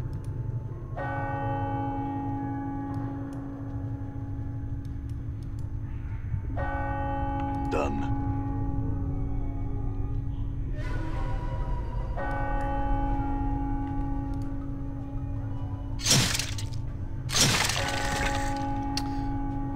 Mort is crushing. All right. Wooden club. Lots of stuff. Dirty rat charm. Usable only by thieves, okay. Wooden club. 1 to 6 crushing. Speed 4. Seems like it's a lot slower than what I have.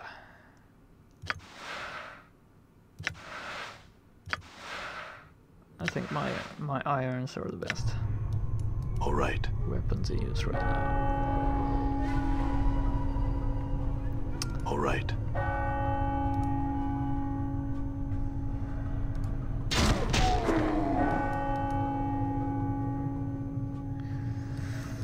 Yeah, come at me. Dustman.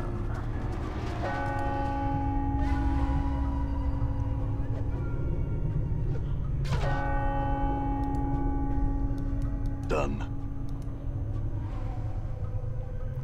Copper commons, knives, robes.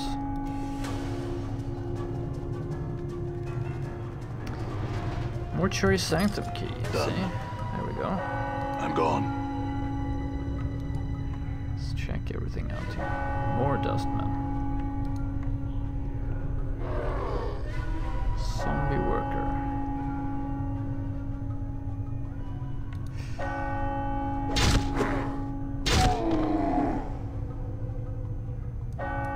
All right. Damn. Took some damage there, but seems to be okay. Bronze bracelets. Robes. Knife. Okay, my inventory is full, I guess. Did you see that? I'm gone. Mortuary reminder message.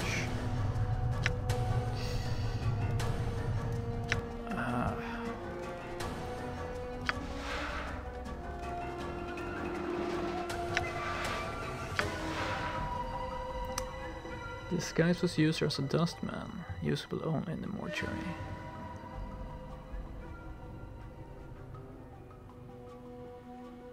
Okay, the dustman robes are a cosmetic disguise. Even though you appear to be armed with a dagger, you will do damage according to the weapon you had equipped.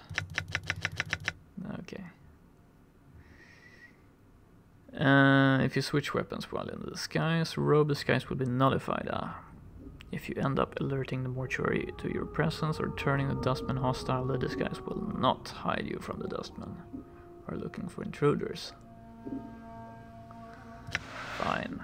So it doesn't really matter if I have the robes on, I guess. Anymore. I have too much stuff here. Can I put stuff in the quick inventory and make room? No.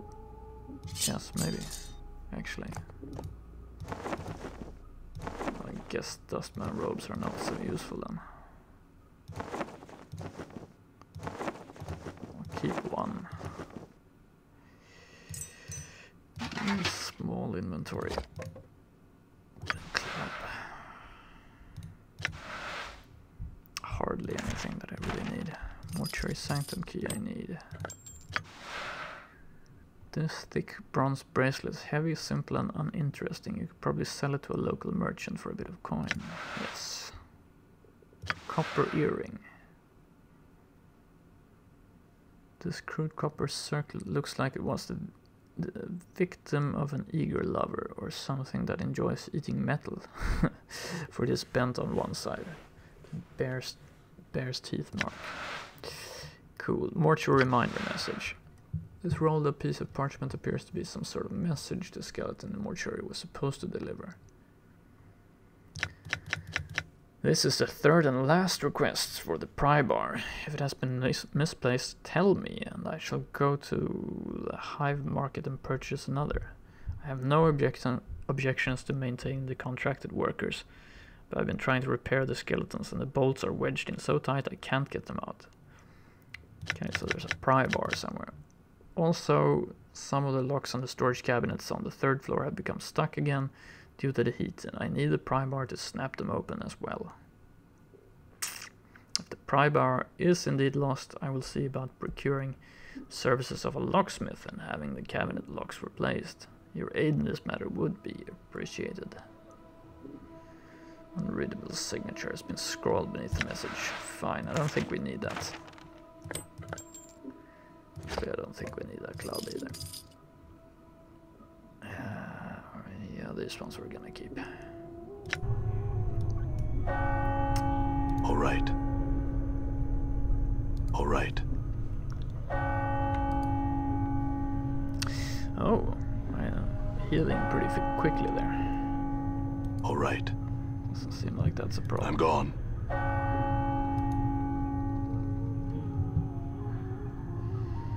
Dustman embalming charm. Mortuary task list. Let's see. Someone has penned a series of tasks in red ink on this scrap of parchment. I would like the contracted workers to be inspected thrice daily at the end of each work shift, and when new initiates come on duty, we have experienced too many contracted collapses while engaged in heavy labor as of late. And I fear the embalming enchantments initially used on the corpses may be decaying or may have been warped somehow.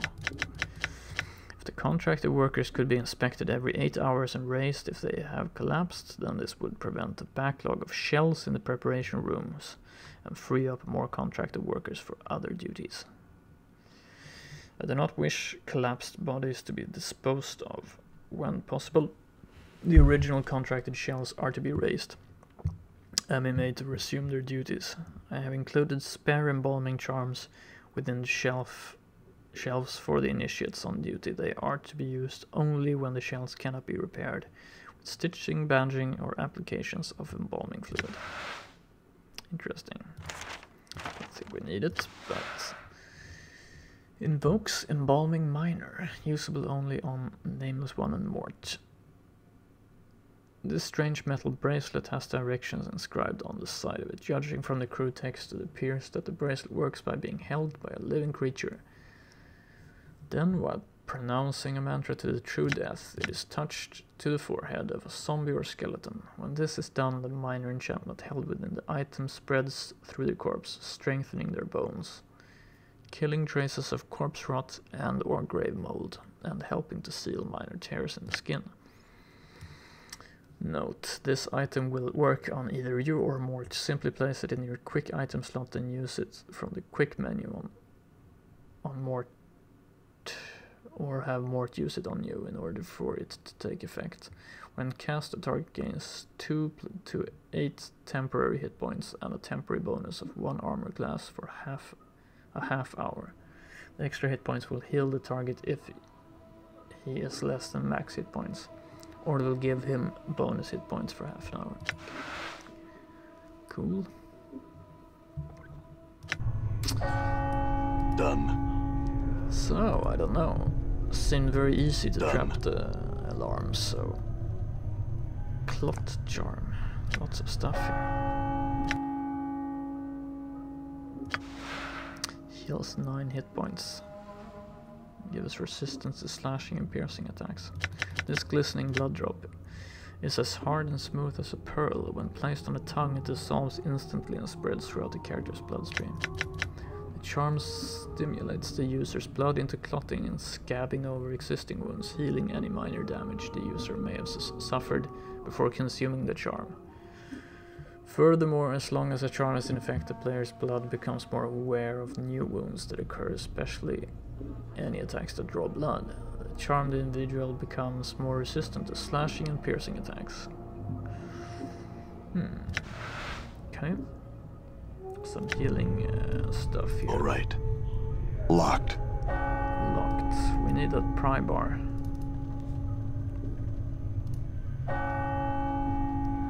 Bandages. Okay. Done. I don't think we checked here. No. Needle and thread. I'm gone. Nice. Alright. Dirty rat charm. I'll leave these jagged knives and crap. I think we need them.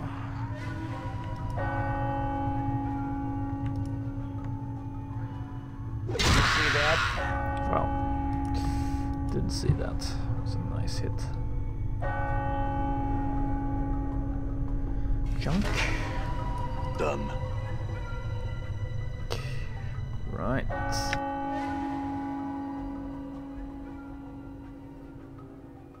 So this must be an oven.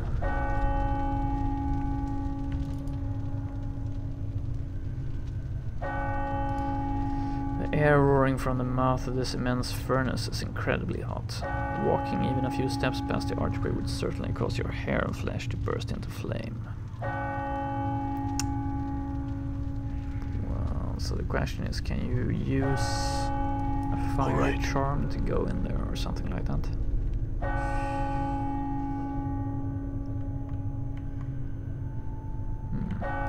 Who knows?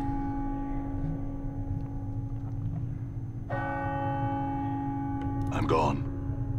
All right.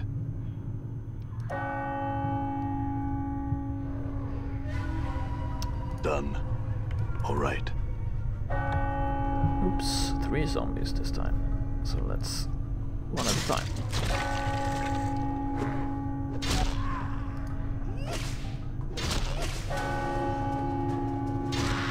No problems.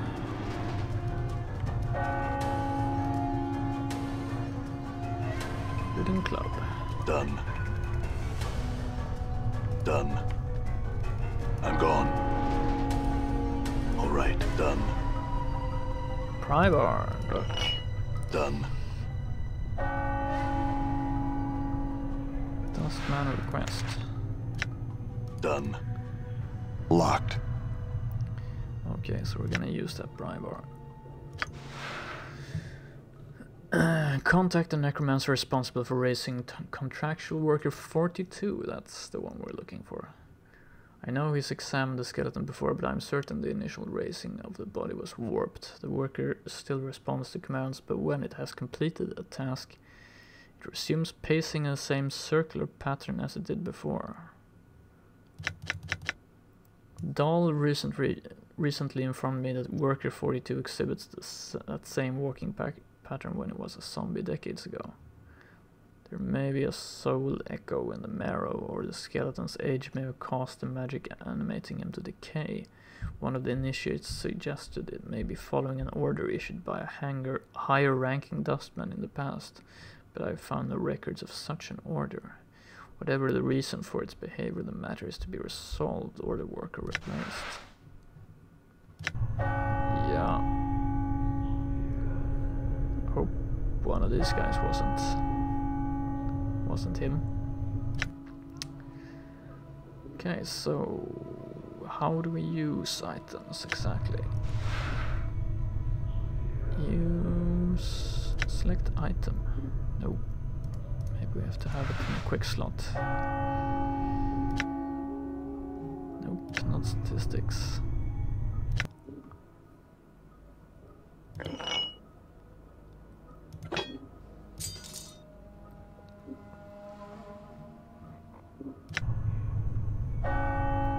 Locked.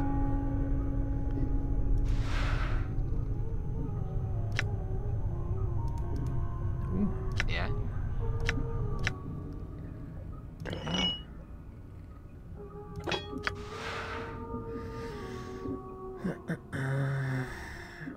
This iron prybar can be used to pry open doors, chests, and even the occasional reluctant rib cage. It also makes a good bludgeoning weapon when there is no time for subtlety. To use the prybar to force a locked door or chest, select it as a weapon, then attack the container or door. Okay. Cool.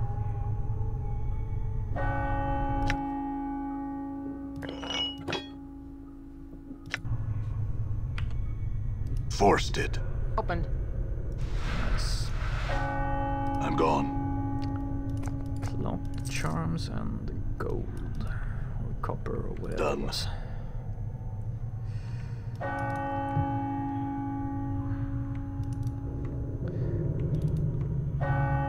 Wait, there was one door up here also, right? Something we could force.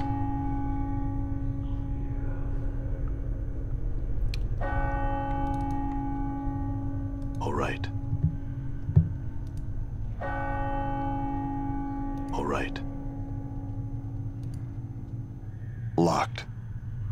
Failed. Forced it. Corpse fly charm, bone charm. Interesting. Lots of charms. Swarm corpse. This corpse fly looks like it was frozen, appears to be dead, but you can't be sure. Magic contained within the charm is activated when the insect is consumed. When swallowed, the recipient suddenly becomes extremely nauseous. No shit. A few seconds later, the charmed individual expels a stream of insects from their nose and mouth, provided the charmed individual can keep their wits about them.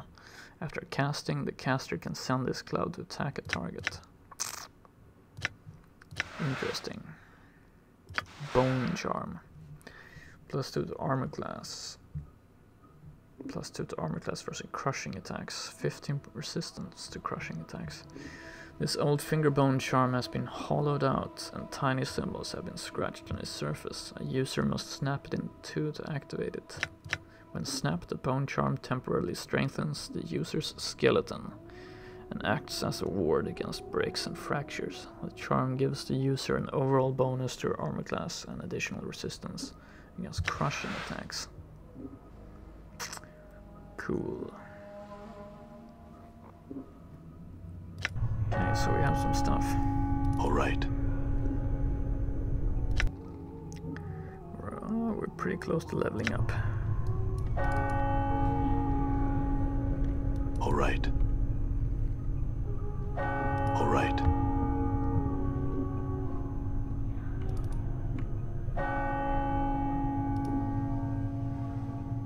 I'm gone. It's a staircase down. Hammer. Okay. Receiving log page. I don't know. We need it.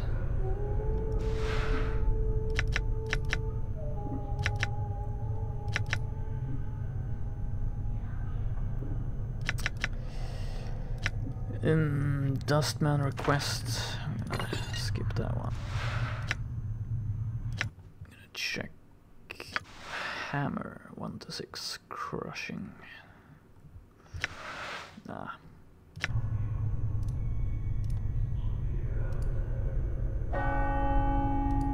Nothing. I'm gone.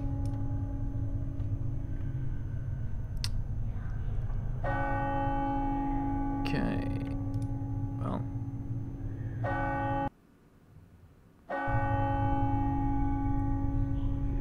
Okay, so we're back where we began, I guess.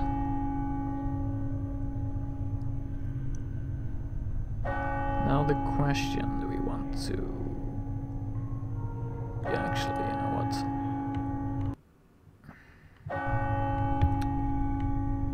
All right. More dustmen. Seems like these guys were here before, right? Done. You prick. I'm gone.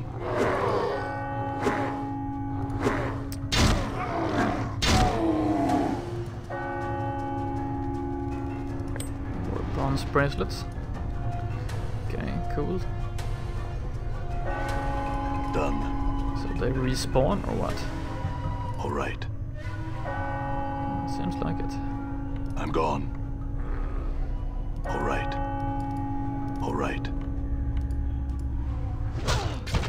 Well, I'm gone. Done. rusty dagger.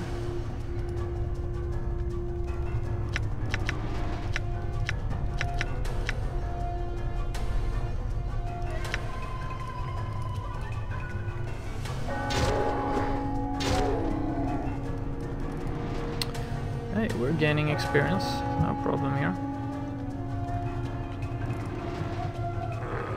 Done.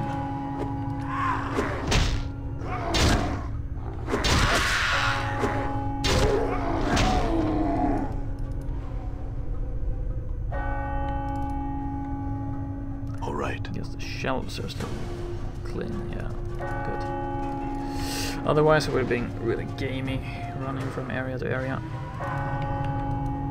Damn it. Yes. Damn it. Wow, got 6 times. Done. All right.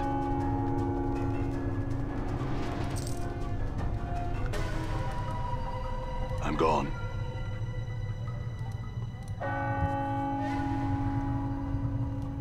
Done.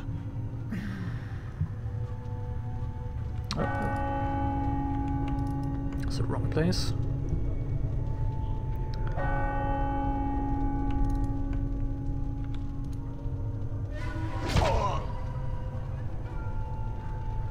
Done.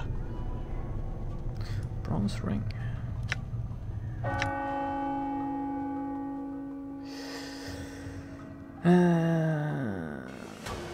Drop these jagged knives. Pretty useless, I think.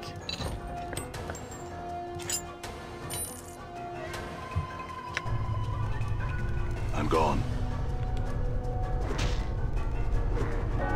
Did you see that?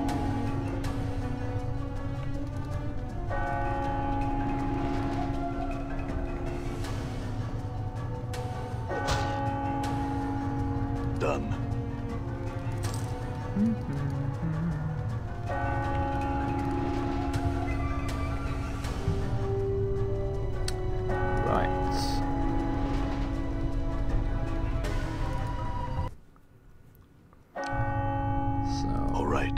Something I couldn't open here before.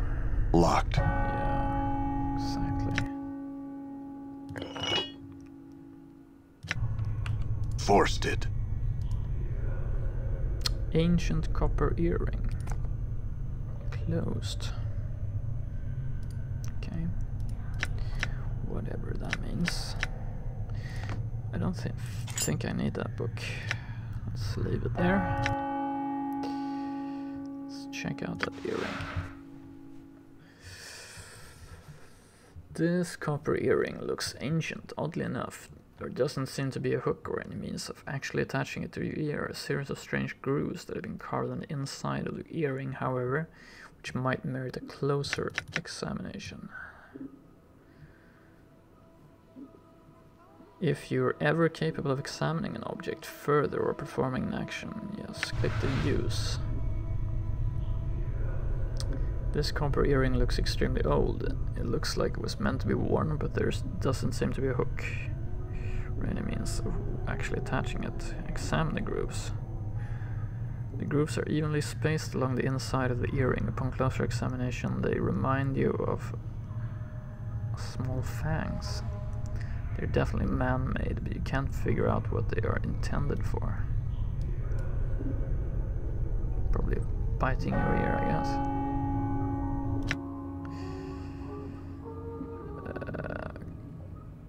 Okay.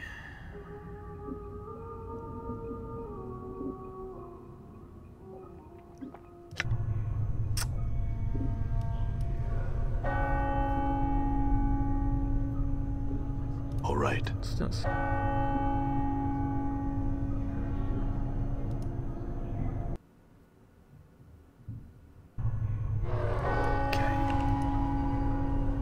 Let's switch back to the fist weapon.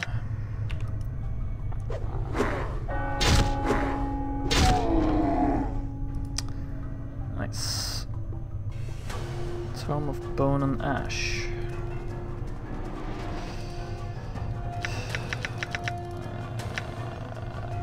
You know what? Isn't it possible for Mort to carry some stuff for me?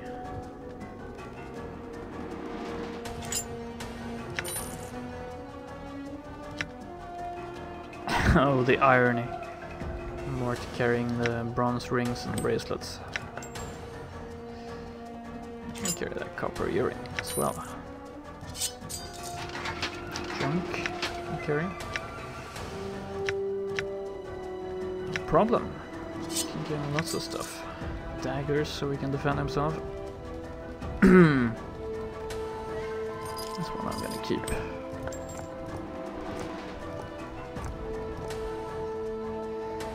Tome of Bone and Ash. Yeah, let's take that one. This worn leather-bound tome lists diagrams and charts detailing several minor rewards and enchantments. There are numerous drawings of skeletons, bones, and the manner by which they may be preserved over time. Of particular interest is a section regarding guardians. Apparently the dustmen animate corpses of fallen giants to serve as guardians for the mortuary. To make them even deadlier, armoring enchantments are woven into their breastplates to help shield them from attacks. The book is much too complex for you to absorb all at once, but it looks as if you could refer to certain sections when the need arises. Okay. Good to know. So, all right. Apparently the dustmen have skeleton or giant corpse guardians. Yes, I did order you to attack. Damn it. Wow, 6 damage. Come on. It's unnecessary. Bronze ring.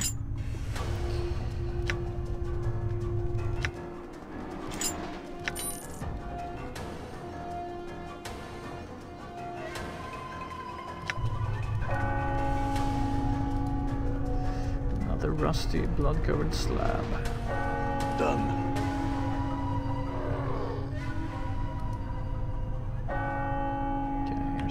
Dustman. I like how they're just standing there when I don't I'm gone. order them to do anything, then they're just bronze bracelet. You know what, we have a lot of these things. Maybe we should actually we'll do like this.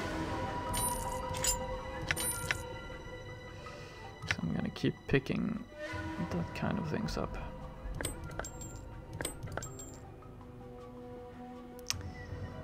You can carry this stuff. I'm not so sure it's useful actually. Dustman robes, yeah, you carry it.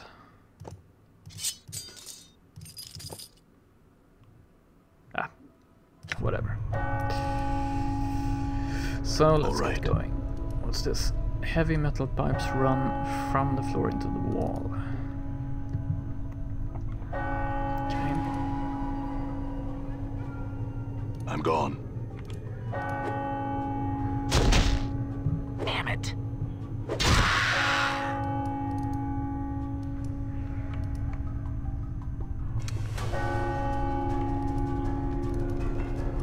I'm gone. Can't go all right. That way anymore. It's a dead end. Done. What's this? All right.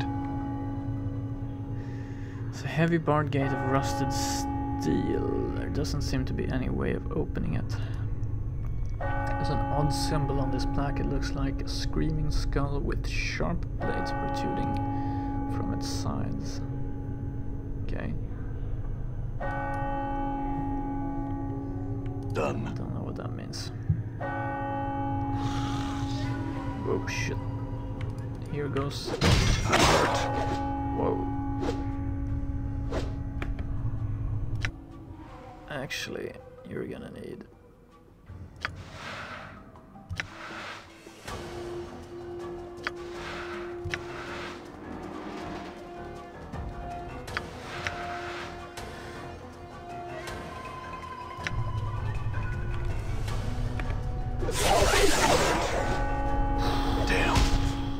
Talk about beating a dead horse. so funny, Mort.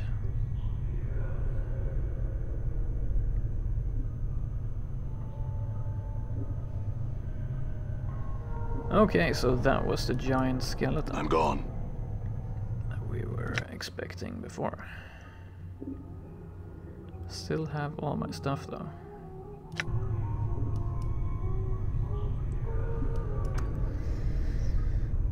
So now's the question, is everybody still pissed off at me?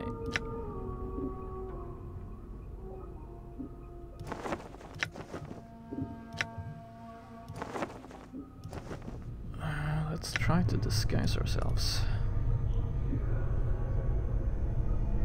Why?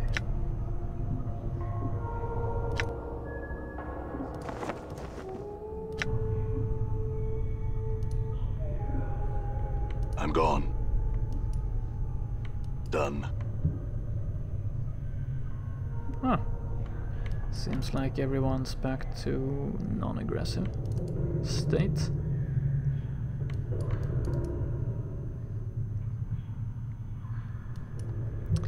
So in short,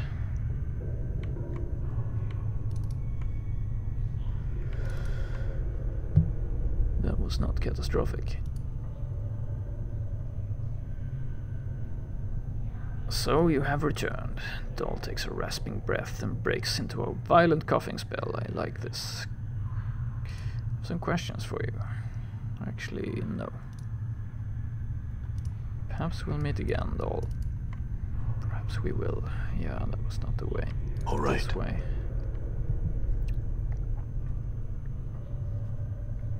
All right.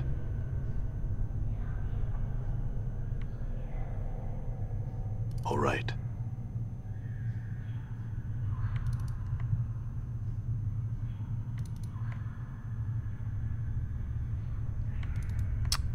Ivin. Done.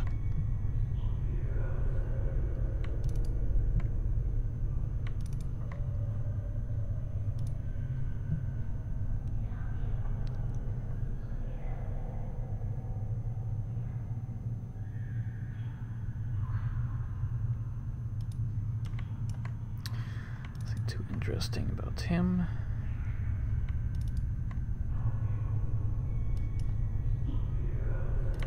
So, if I go back to the places I went through before.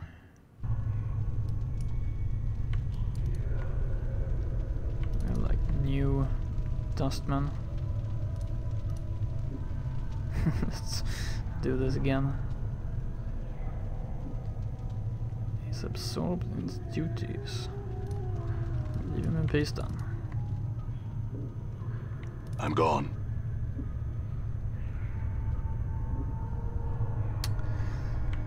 So, I'm kind of suspecting Done. that worker number 42 was one of my victims when I went on I'm gone. a killing spree before.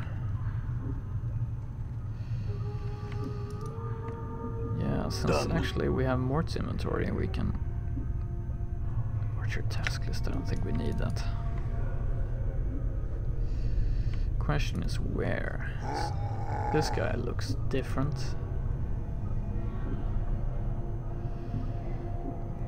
Number 1146 is carved into the forehead of this walking corpse. His lips are sewn together with coarse black thread. The entire body is covered in horrible scars.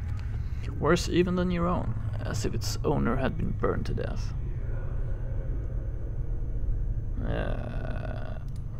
Okay. All right. That interesting.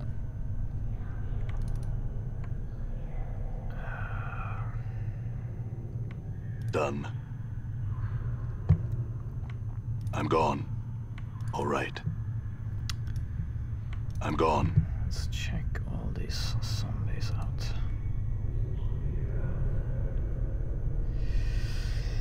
Six, 1, 3.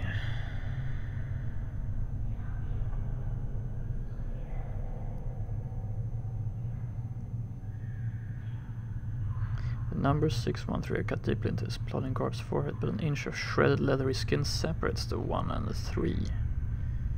Looking closely, you can barely make out the 2 guard there.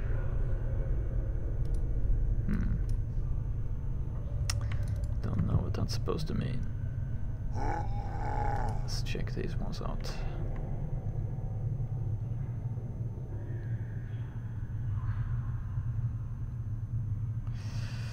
What is this rotting vision I see before me?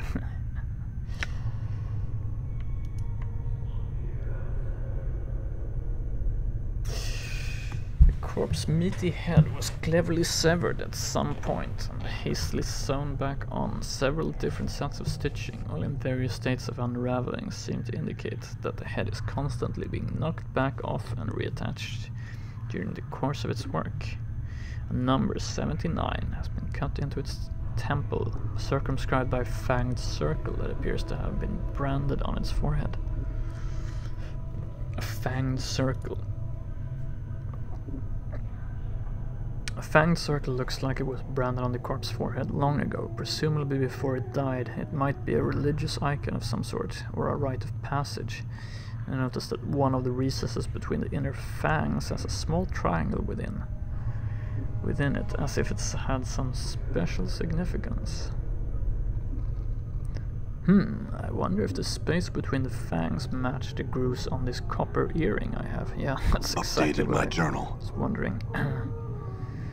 Corpse makes no reply. It looks like it's too far gone to answer any of your questions. Okay, so what did my journal say?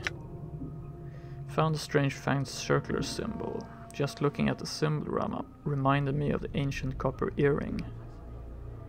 Perhaps the two are connected, perhaps. Which was that? Mortast copper earring.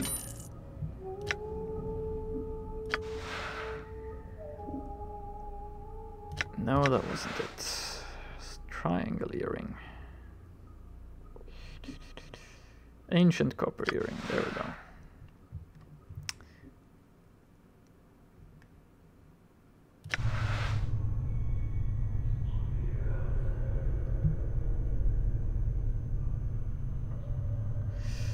Insert your fingernail into the notch that matches where the triangle was pointing in the fanged circle you saw on Zombie 79's forehead. Yeah, cool. You hook your fingernail into the third groove from the top and press it inwards. As you do, there's a click and the top of the earring snaps open. Not only can you wear the earring now, it also looks like there is a secret compartment inside the earring. Shake the earring, see if anything comes out. You shake the earring but nothing comes out. Whatever is hidden in the earring is gone now. Discovering the latch, the earring will now allow you to wear it. In addition, this secret compartment may make the earring more valuable to a merchant. Put the earring away. Let's check it out. What is it? Hollow.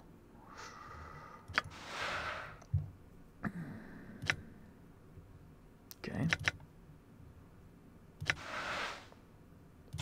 I can wear it, but it doesn't do anything.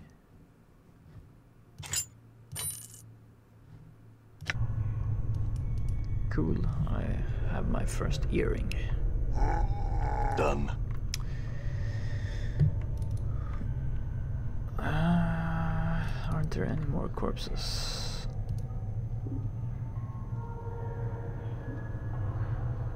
This reanimated corpse has had its lips sewn together. No, doesn't seem like anything interesting there.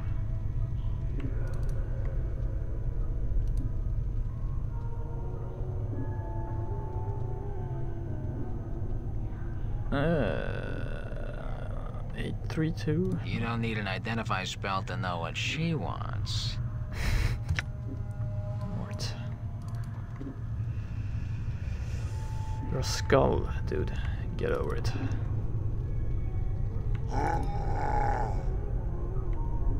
I'm gone.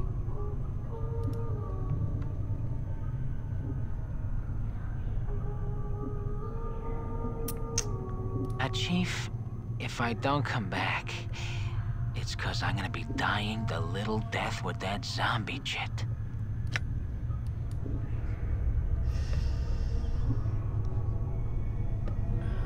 Okay. No, I think I've checked everywhere.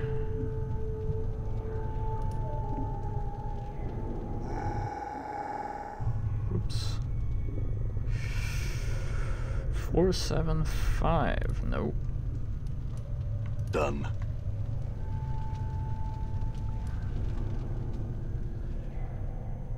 Simply can't find number 42.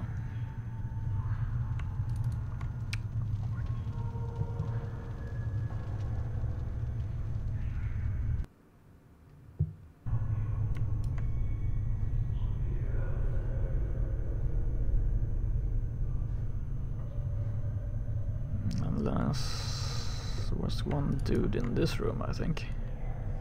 I'm not sure I ever checked that zombie out. I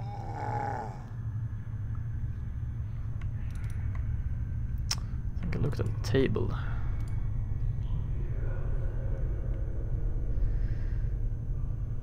Oh yeah, that was, yeah, the books.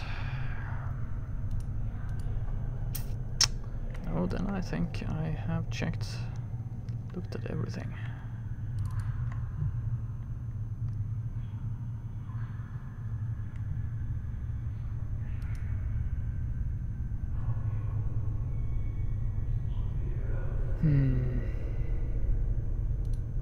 Done.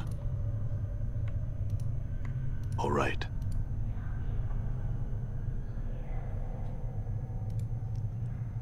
That's the guy who could push. I'm not gonna be that mean.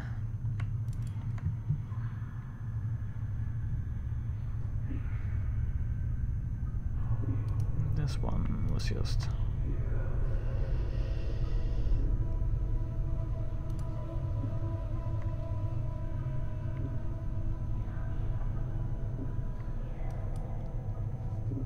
yeah, I don't know. Done.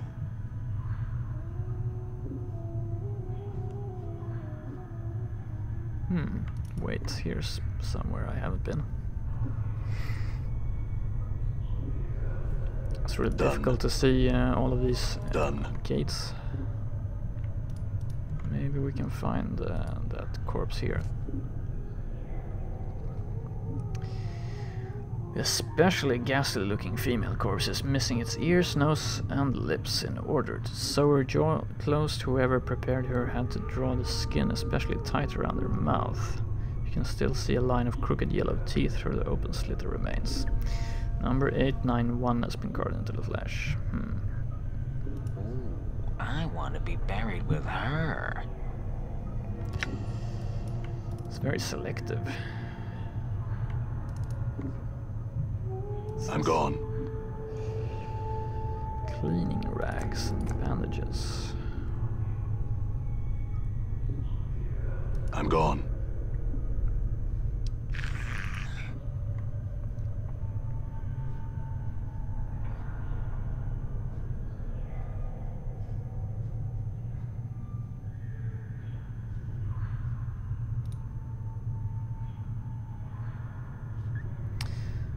So we went full circle, I guess. I'm gone. Well, let's take the staircase.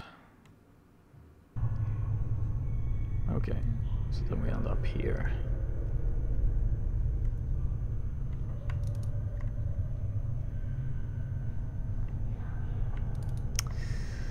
I'm gone. There has to be one zombie we missed.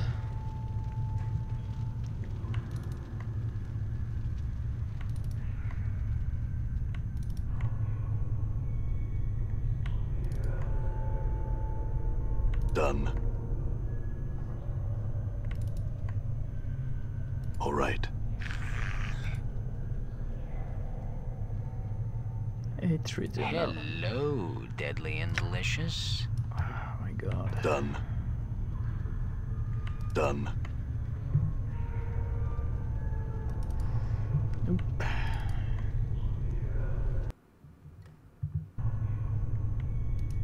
Well, let's go and check. We didn't check this whole area, so maybe it's here somewhere.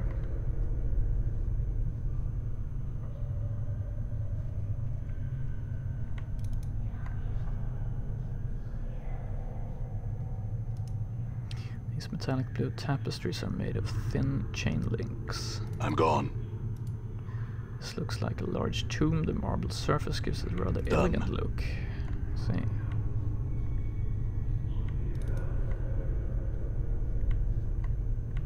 Done. Done. Here's the giant All right. bastards who kicked my ass. All right. I'm gone. Whoa, whoa, whoa. Before you is a giant skeleton in ornate bronze armor. The armor has been bolted onto the skeleton's frame, and a series of elaborate symbols have been carved across the breastplate. You wonder where the skeleton came from. You weren't aware they made humans in this size. The huge blade in its hands looks like it weighs as much as a wagon cart.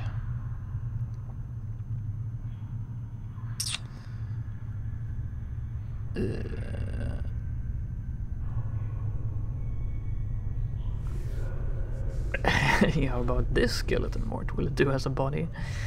I'm pretty sure I don't want Mort in a giant body walking around. Could be dangerous for me. Although he seems pretty nice. Examine the skeleton closely. The skeleton's intricate bronze armor is riveted onto its ribcage and shoulder blades with a series of iron bolts. As you study the frame behind the armor, you notice the same iron bolts are set into the skeleton's shoulders, elbow, pelvic and knee joints. A mass of thick leather cords and heavy knotted ropes run along the length of the skeleton's arms and legs, woven in such a pattern that they resemble muscles and tendons.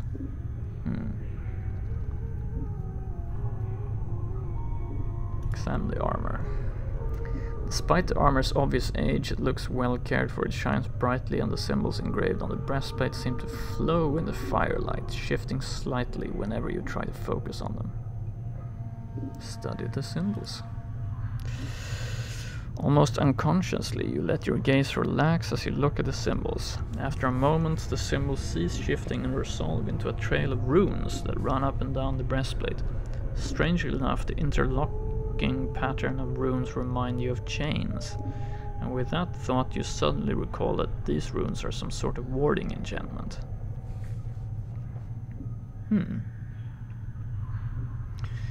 Well, try to recall the enchantment. You study the pattern of runes as they weave their way across the breastplate.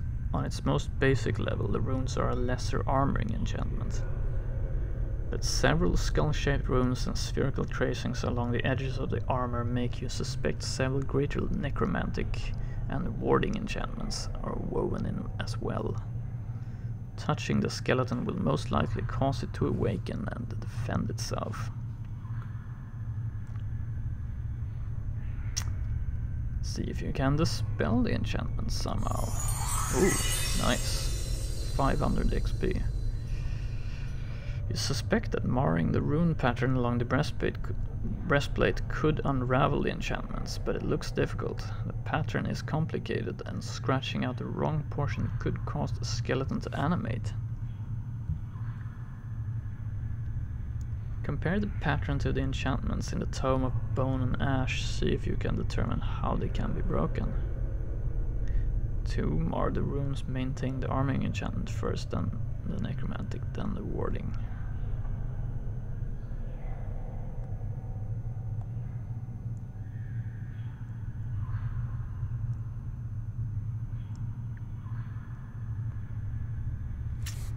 Well, I guess see if you can determine how they can be broken. From what you can make out from the tome, it seems the armoring enchantment applies only to the breastplate. The necromantic enchantment allows the skeleton to be raised, but it is the warding enchantment that gives the skeleton its limited awareness of its surroundings. You'd guess that if you were to mar the skeleton's wards, it would interpret it as an attack unless you blinded it to your presence first.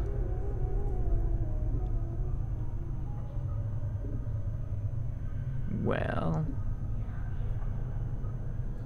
so if I mar the runes maintaining the warding enchantment, that should do it. Nope.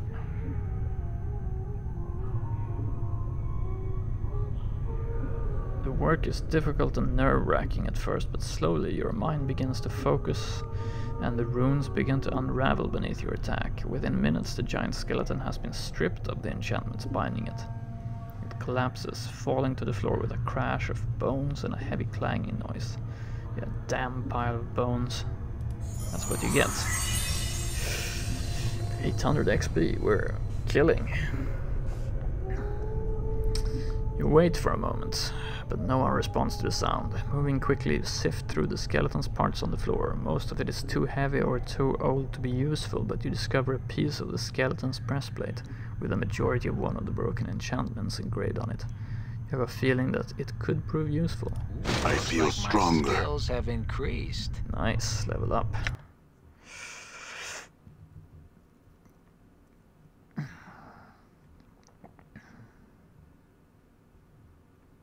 Cool, so let's level up.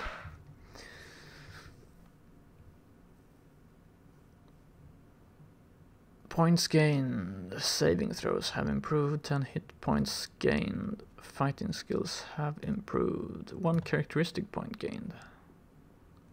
Nice.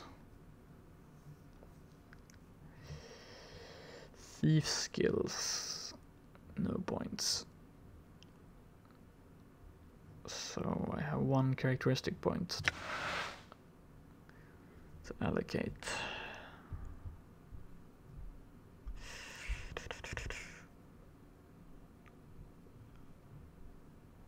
That's a good question what to do. Either intelligence or constitution, I think. Constitution is just short of above average, so let's increase that. Accept. Cool. We gained an item, and that was what? Rune of Less Rewarding. Usable only by mages.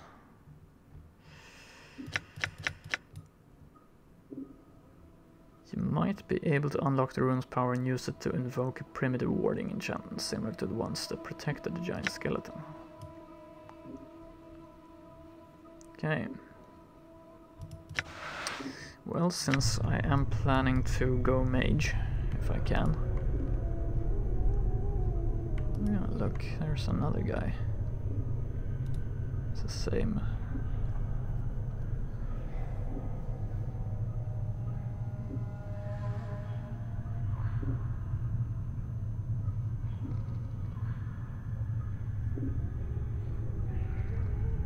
I wonder what he says to that. Hey, how about this skeleton, Mort? Will it do as a body? Mort grins. Is that a yes or... Oh, sorry. Mort floats up to the head of the skeleton, stares at it, and then floats back down, studying the armor and the blade as he descends. Oh yes, yes, yes. I think this'll do.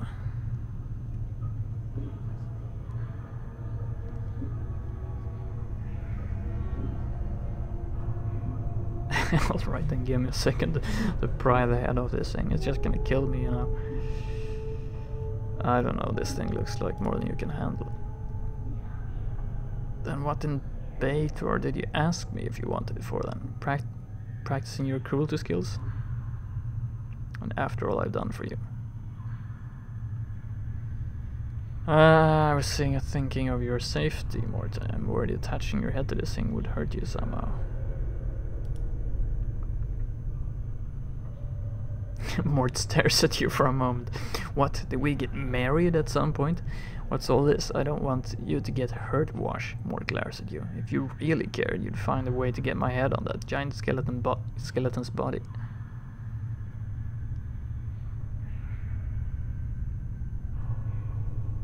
Alright, then give me a second to pry the head of this thing. As you're about to do so, you suddenly stop, and your eyes are drawn to the skeleton's armor. Something about the symbols engraved on its breastplate makes you pause, yeah. Disturbing you may awaken them. Examine the skeleton carefully. Examine the armor. Study the symbols. Study the runes. See if you can dispel them.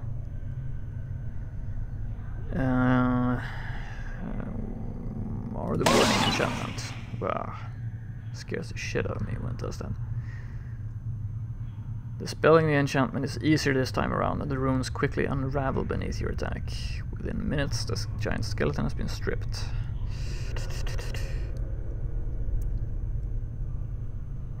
Remembering what happened to the first, you catch the skeleton before it falls, and with a grunt slowly lower it to the ground. 800 more experiences, great. Oh, this also has a fragment of its broken enchantment. Sweet. Done.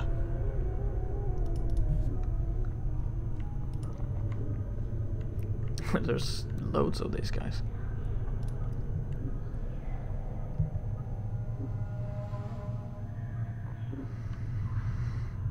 Let's do this. Examine the armor, study symbols, study runes, see if you can dispel them.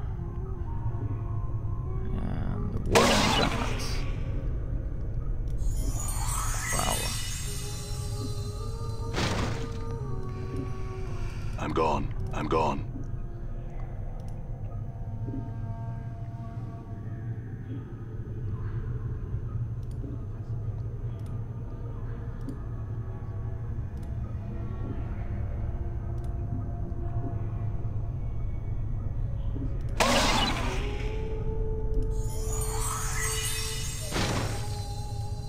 Awesome. What's this? I'm gone.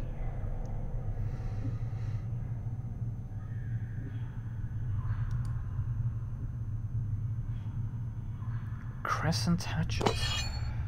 Sounds interesting.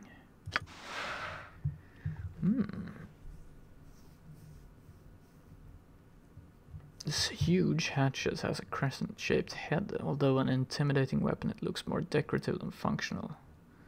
Not only is it extremely heavy, but the balance is poor and the edge is dull and pitted.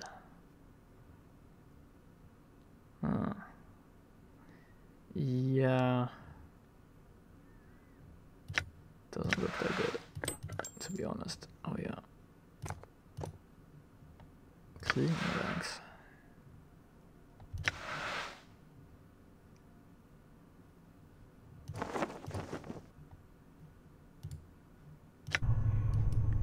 I'm gone. I'm gone.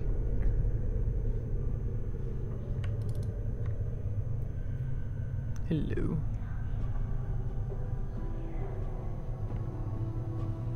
Who are you?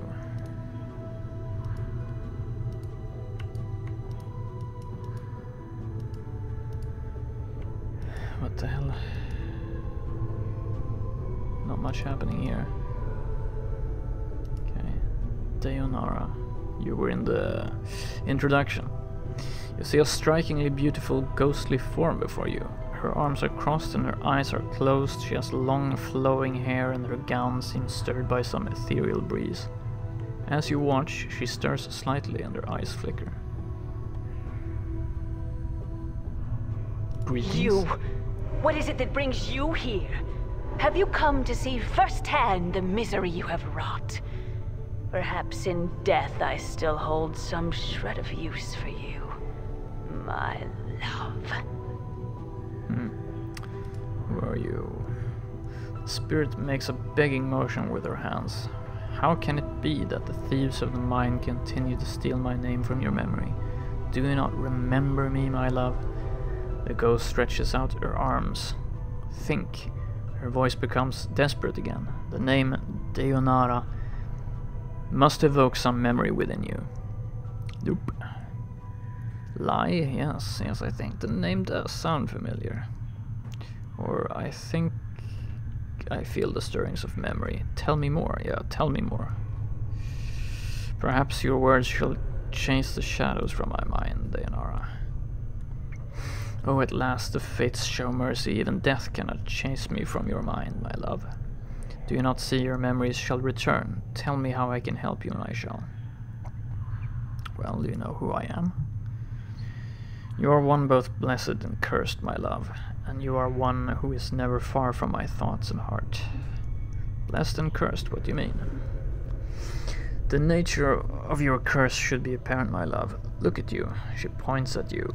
Death rejects you. Your memories have abandoned you. Do you not pause and wonder why? Well, I'm still trying to get my bearings, actually. What else can you tell me about myself? I know that you once claimed you loved me and that you would love me until death claimed us both. I believe that, never knowing the truth of who you were, what you were. And what am I? You, I cannot. She suddenly freezes and she speaks slowly, carefully, as if her voice frightens her. The truth is this. You are one who dies many deaths. These deaths have given the knowing of all things mortal, and in your hand lies the spark of life and death. Those that die near you carry a trace of themselves that you can bring forth. As Dayanara speaks the words, a crawling sensation wells up in the back of your skull. You suddenly feel compelled to look at your hand. As you lift it up and look at it, you can see the blood coursing sluggishly through your arm, pouring into your muscles, and in turn giving strength to your bones. What? Gained an ability. 1000 XP, nice. And you know Dayanara is right.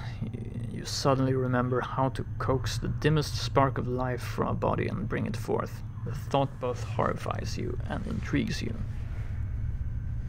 You remembered how to raise others from the dead. To access this ability, select the Special Abilities button in the quick menu. You can only use this on party members that have died in your presence. It will not work on anyone who does not travel with you, and will not work on party members you removed from the party while they are dead. Cool. I had Updated other my journal. Who are you?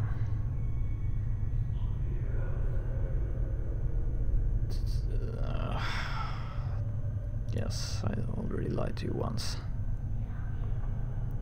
Can you tell me where I am? Where are you? Why you are here with me, my love? As in the times when life was something both of us shared. Now it is the eternal boundary that separates us. Eternal boundary. It's a barrier I fear you shall never cross, my love. It is the barrier between your life and what remains of mine. I need to escape this place. Can you help me? As you're about to ask Diana the question, it catches in your throat. It occurs to you that if you tell her you are looking for an escape route, she may feel you are abandoning her. If you're going to ask her how to leave, you'll need to be delicate about it.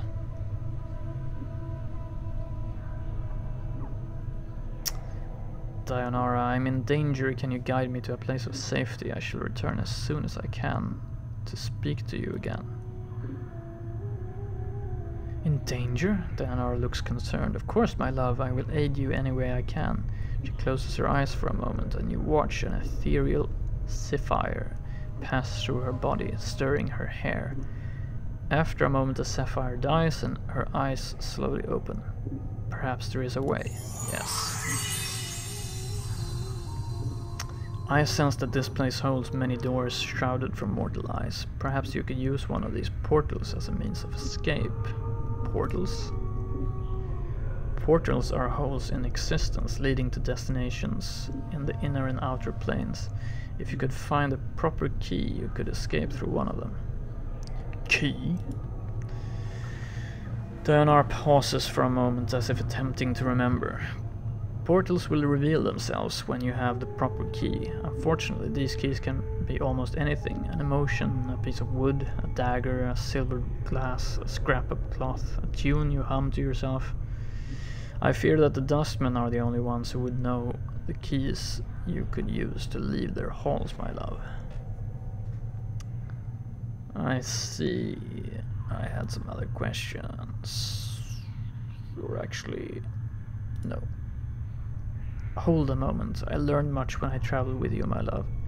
And what you have lost, I have retained. I have not divulged all that I know to you. My sight is clear, whilst you fumble in the darkness for a spark of thought.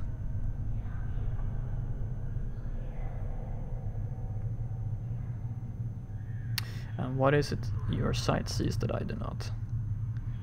Time itself relaxes its hold as the chill of oblivion slowly claims us, my love. Glimpses of things yet to come swarm across my vision. I see you, my love, I see you as you are now, and Dianara grows quiet. Why are you suddenly silent? Has your ranting tired you? Nice. What is it? What do you see? I see what lies ahead for you. It ripples through the plains, stemming outward from this point. Shall I speak of what I see? Yes, please.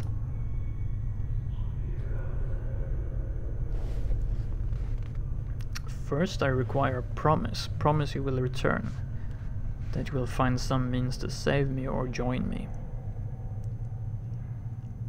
I find it hard to believe that a woman I once loved would blackmail promises from me with a promise of revelations.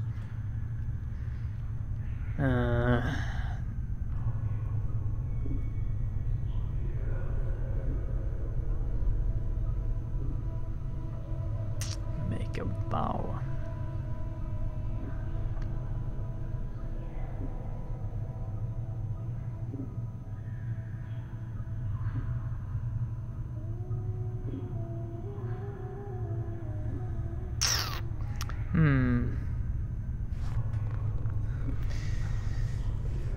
Yeah, why not?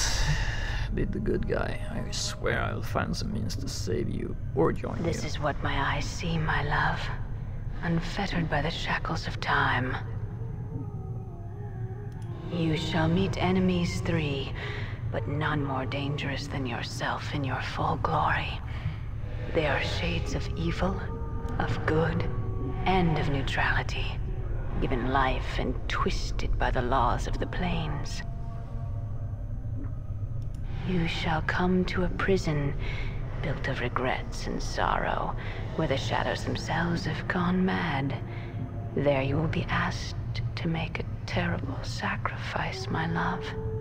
For the matter to be laid to rest, you must destroy that which keeps you alive and be immortal no longer. I know that you must die while you still can. The circle must come to a close, my love. You were not meant for this life.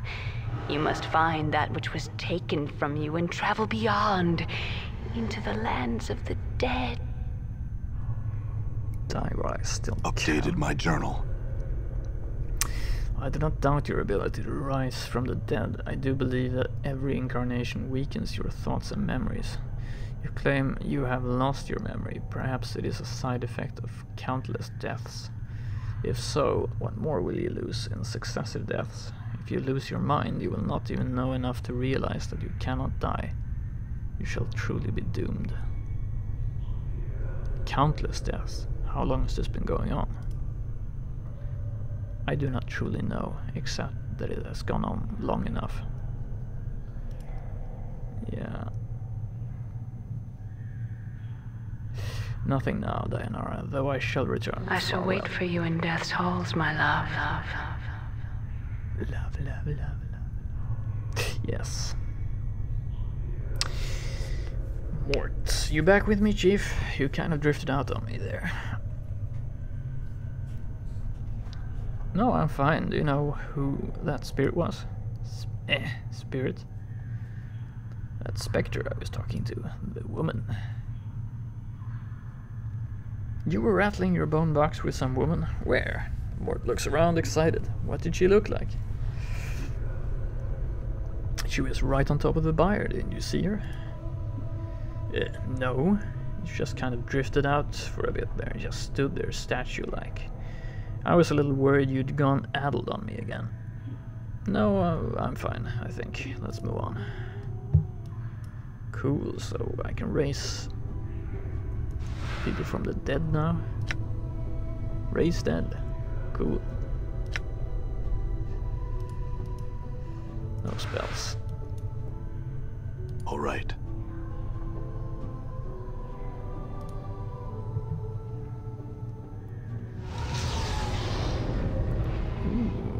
Portal. Done. I guess.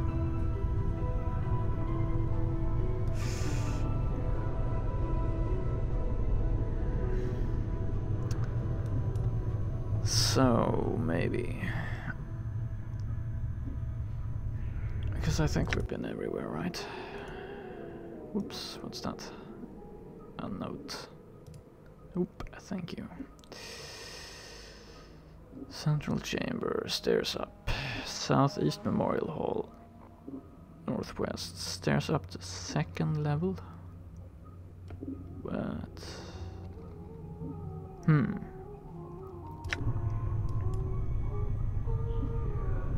Done. Some stairs over here.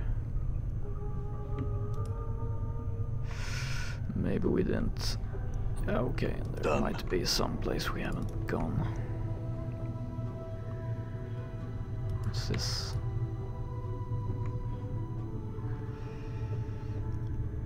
I'm gone.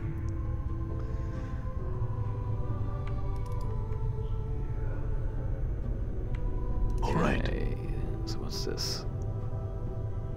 Dustman Guard.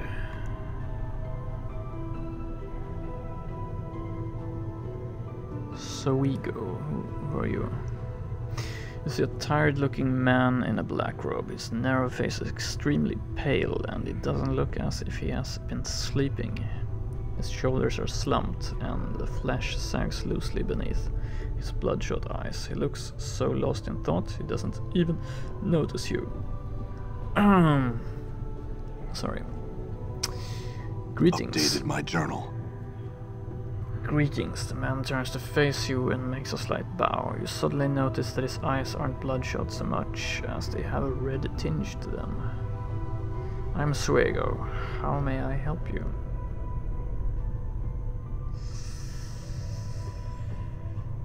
I have some questions. Halfway through your comment, Suego's lips suddenly peel back, revealing a row of dirty, sharp teeth, and he leans in, sniffing you.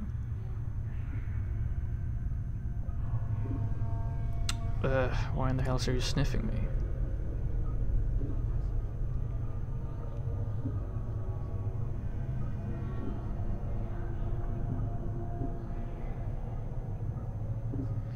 Your clothes, those robes, they smell of another. They are not yours. Suego's lips seal into a strange smile, and his eyes gleam with an almost feral light.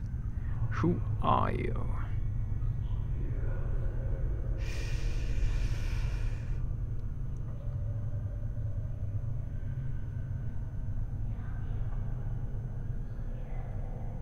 I only took these robes so I could leave in peace. I woke up on one of the preparation rooms upstairs. He seems surprised. You woke up on one of the slabs upstairs?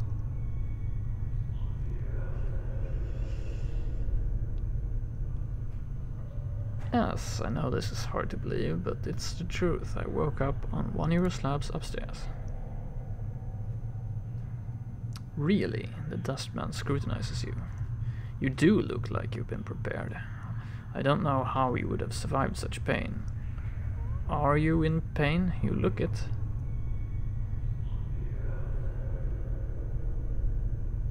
How would I have gotten here in the first place? Well, Suego squints. He seems confused. Obviously a mistake has been made. Either you were brought here by blood relatives, other dustmen, or... Suego suddenly hisses as if an unpleasant thought had just occurred to him. Or one of the collectors. Collectors? Yes, collectors. Packs of scavengers that bring the bodies of the dead to us. They may have thought you dead, Suego hisses, and his eyes gleam. And they are so copper-blind that they wouldn't have cared to check before delivering you here. Suego studies you. It's fortunate you woke, or you may have reached the true death before your time. Then there's been a mistake, and I'd like to leave now.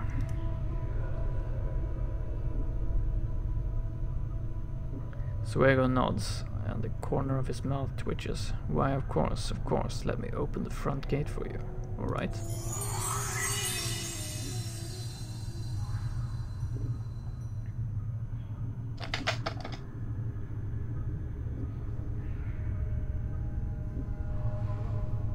Cool.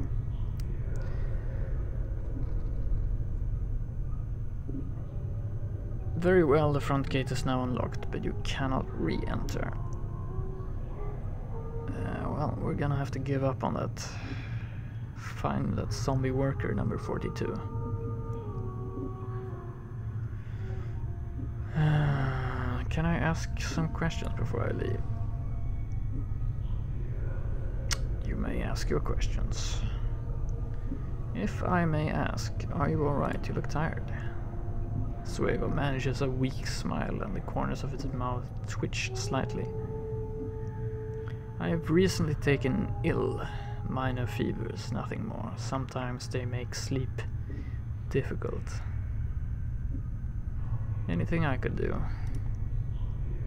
Suego shakes his head. No, thank you for your concern. I will endure. He frowns slightly. Was there something else you wanted? Yes? Do you know someone named Farad? Farad, of course I know him. He frowns and his eyes gleam red. A ghoulish man, no respect for the dead, and even less for the living. He is a scavenger, a collector. Do you know where I could find him? I know he resides in the Hive, the slums outside the mortuary, but I do not know exactly where. Some of the other collectors may know, if they'll talk to you. I had some other questions. I'm missing a journal. Have you seen one? A journal? Sorgo seems confused. No, I've not seen one. Never mind then. I had some other questions. Actually, no. Farewell. So... interesting. So we can go this way, I guess. I'm gone. Let's check. I'm gone. Here. Done.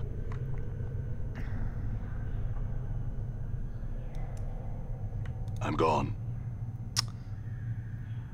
Or we could try to use Done. this portal, whatever, here.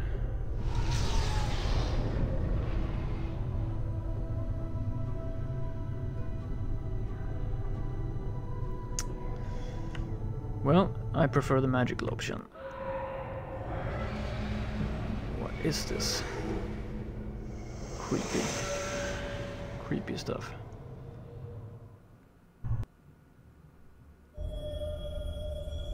Disguise dropped. Okay. Done. So I can't carry this.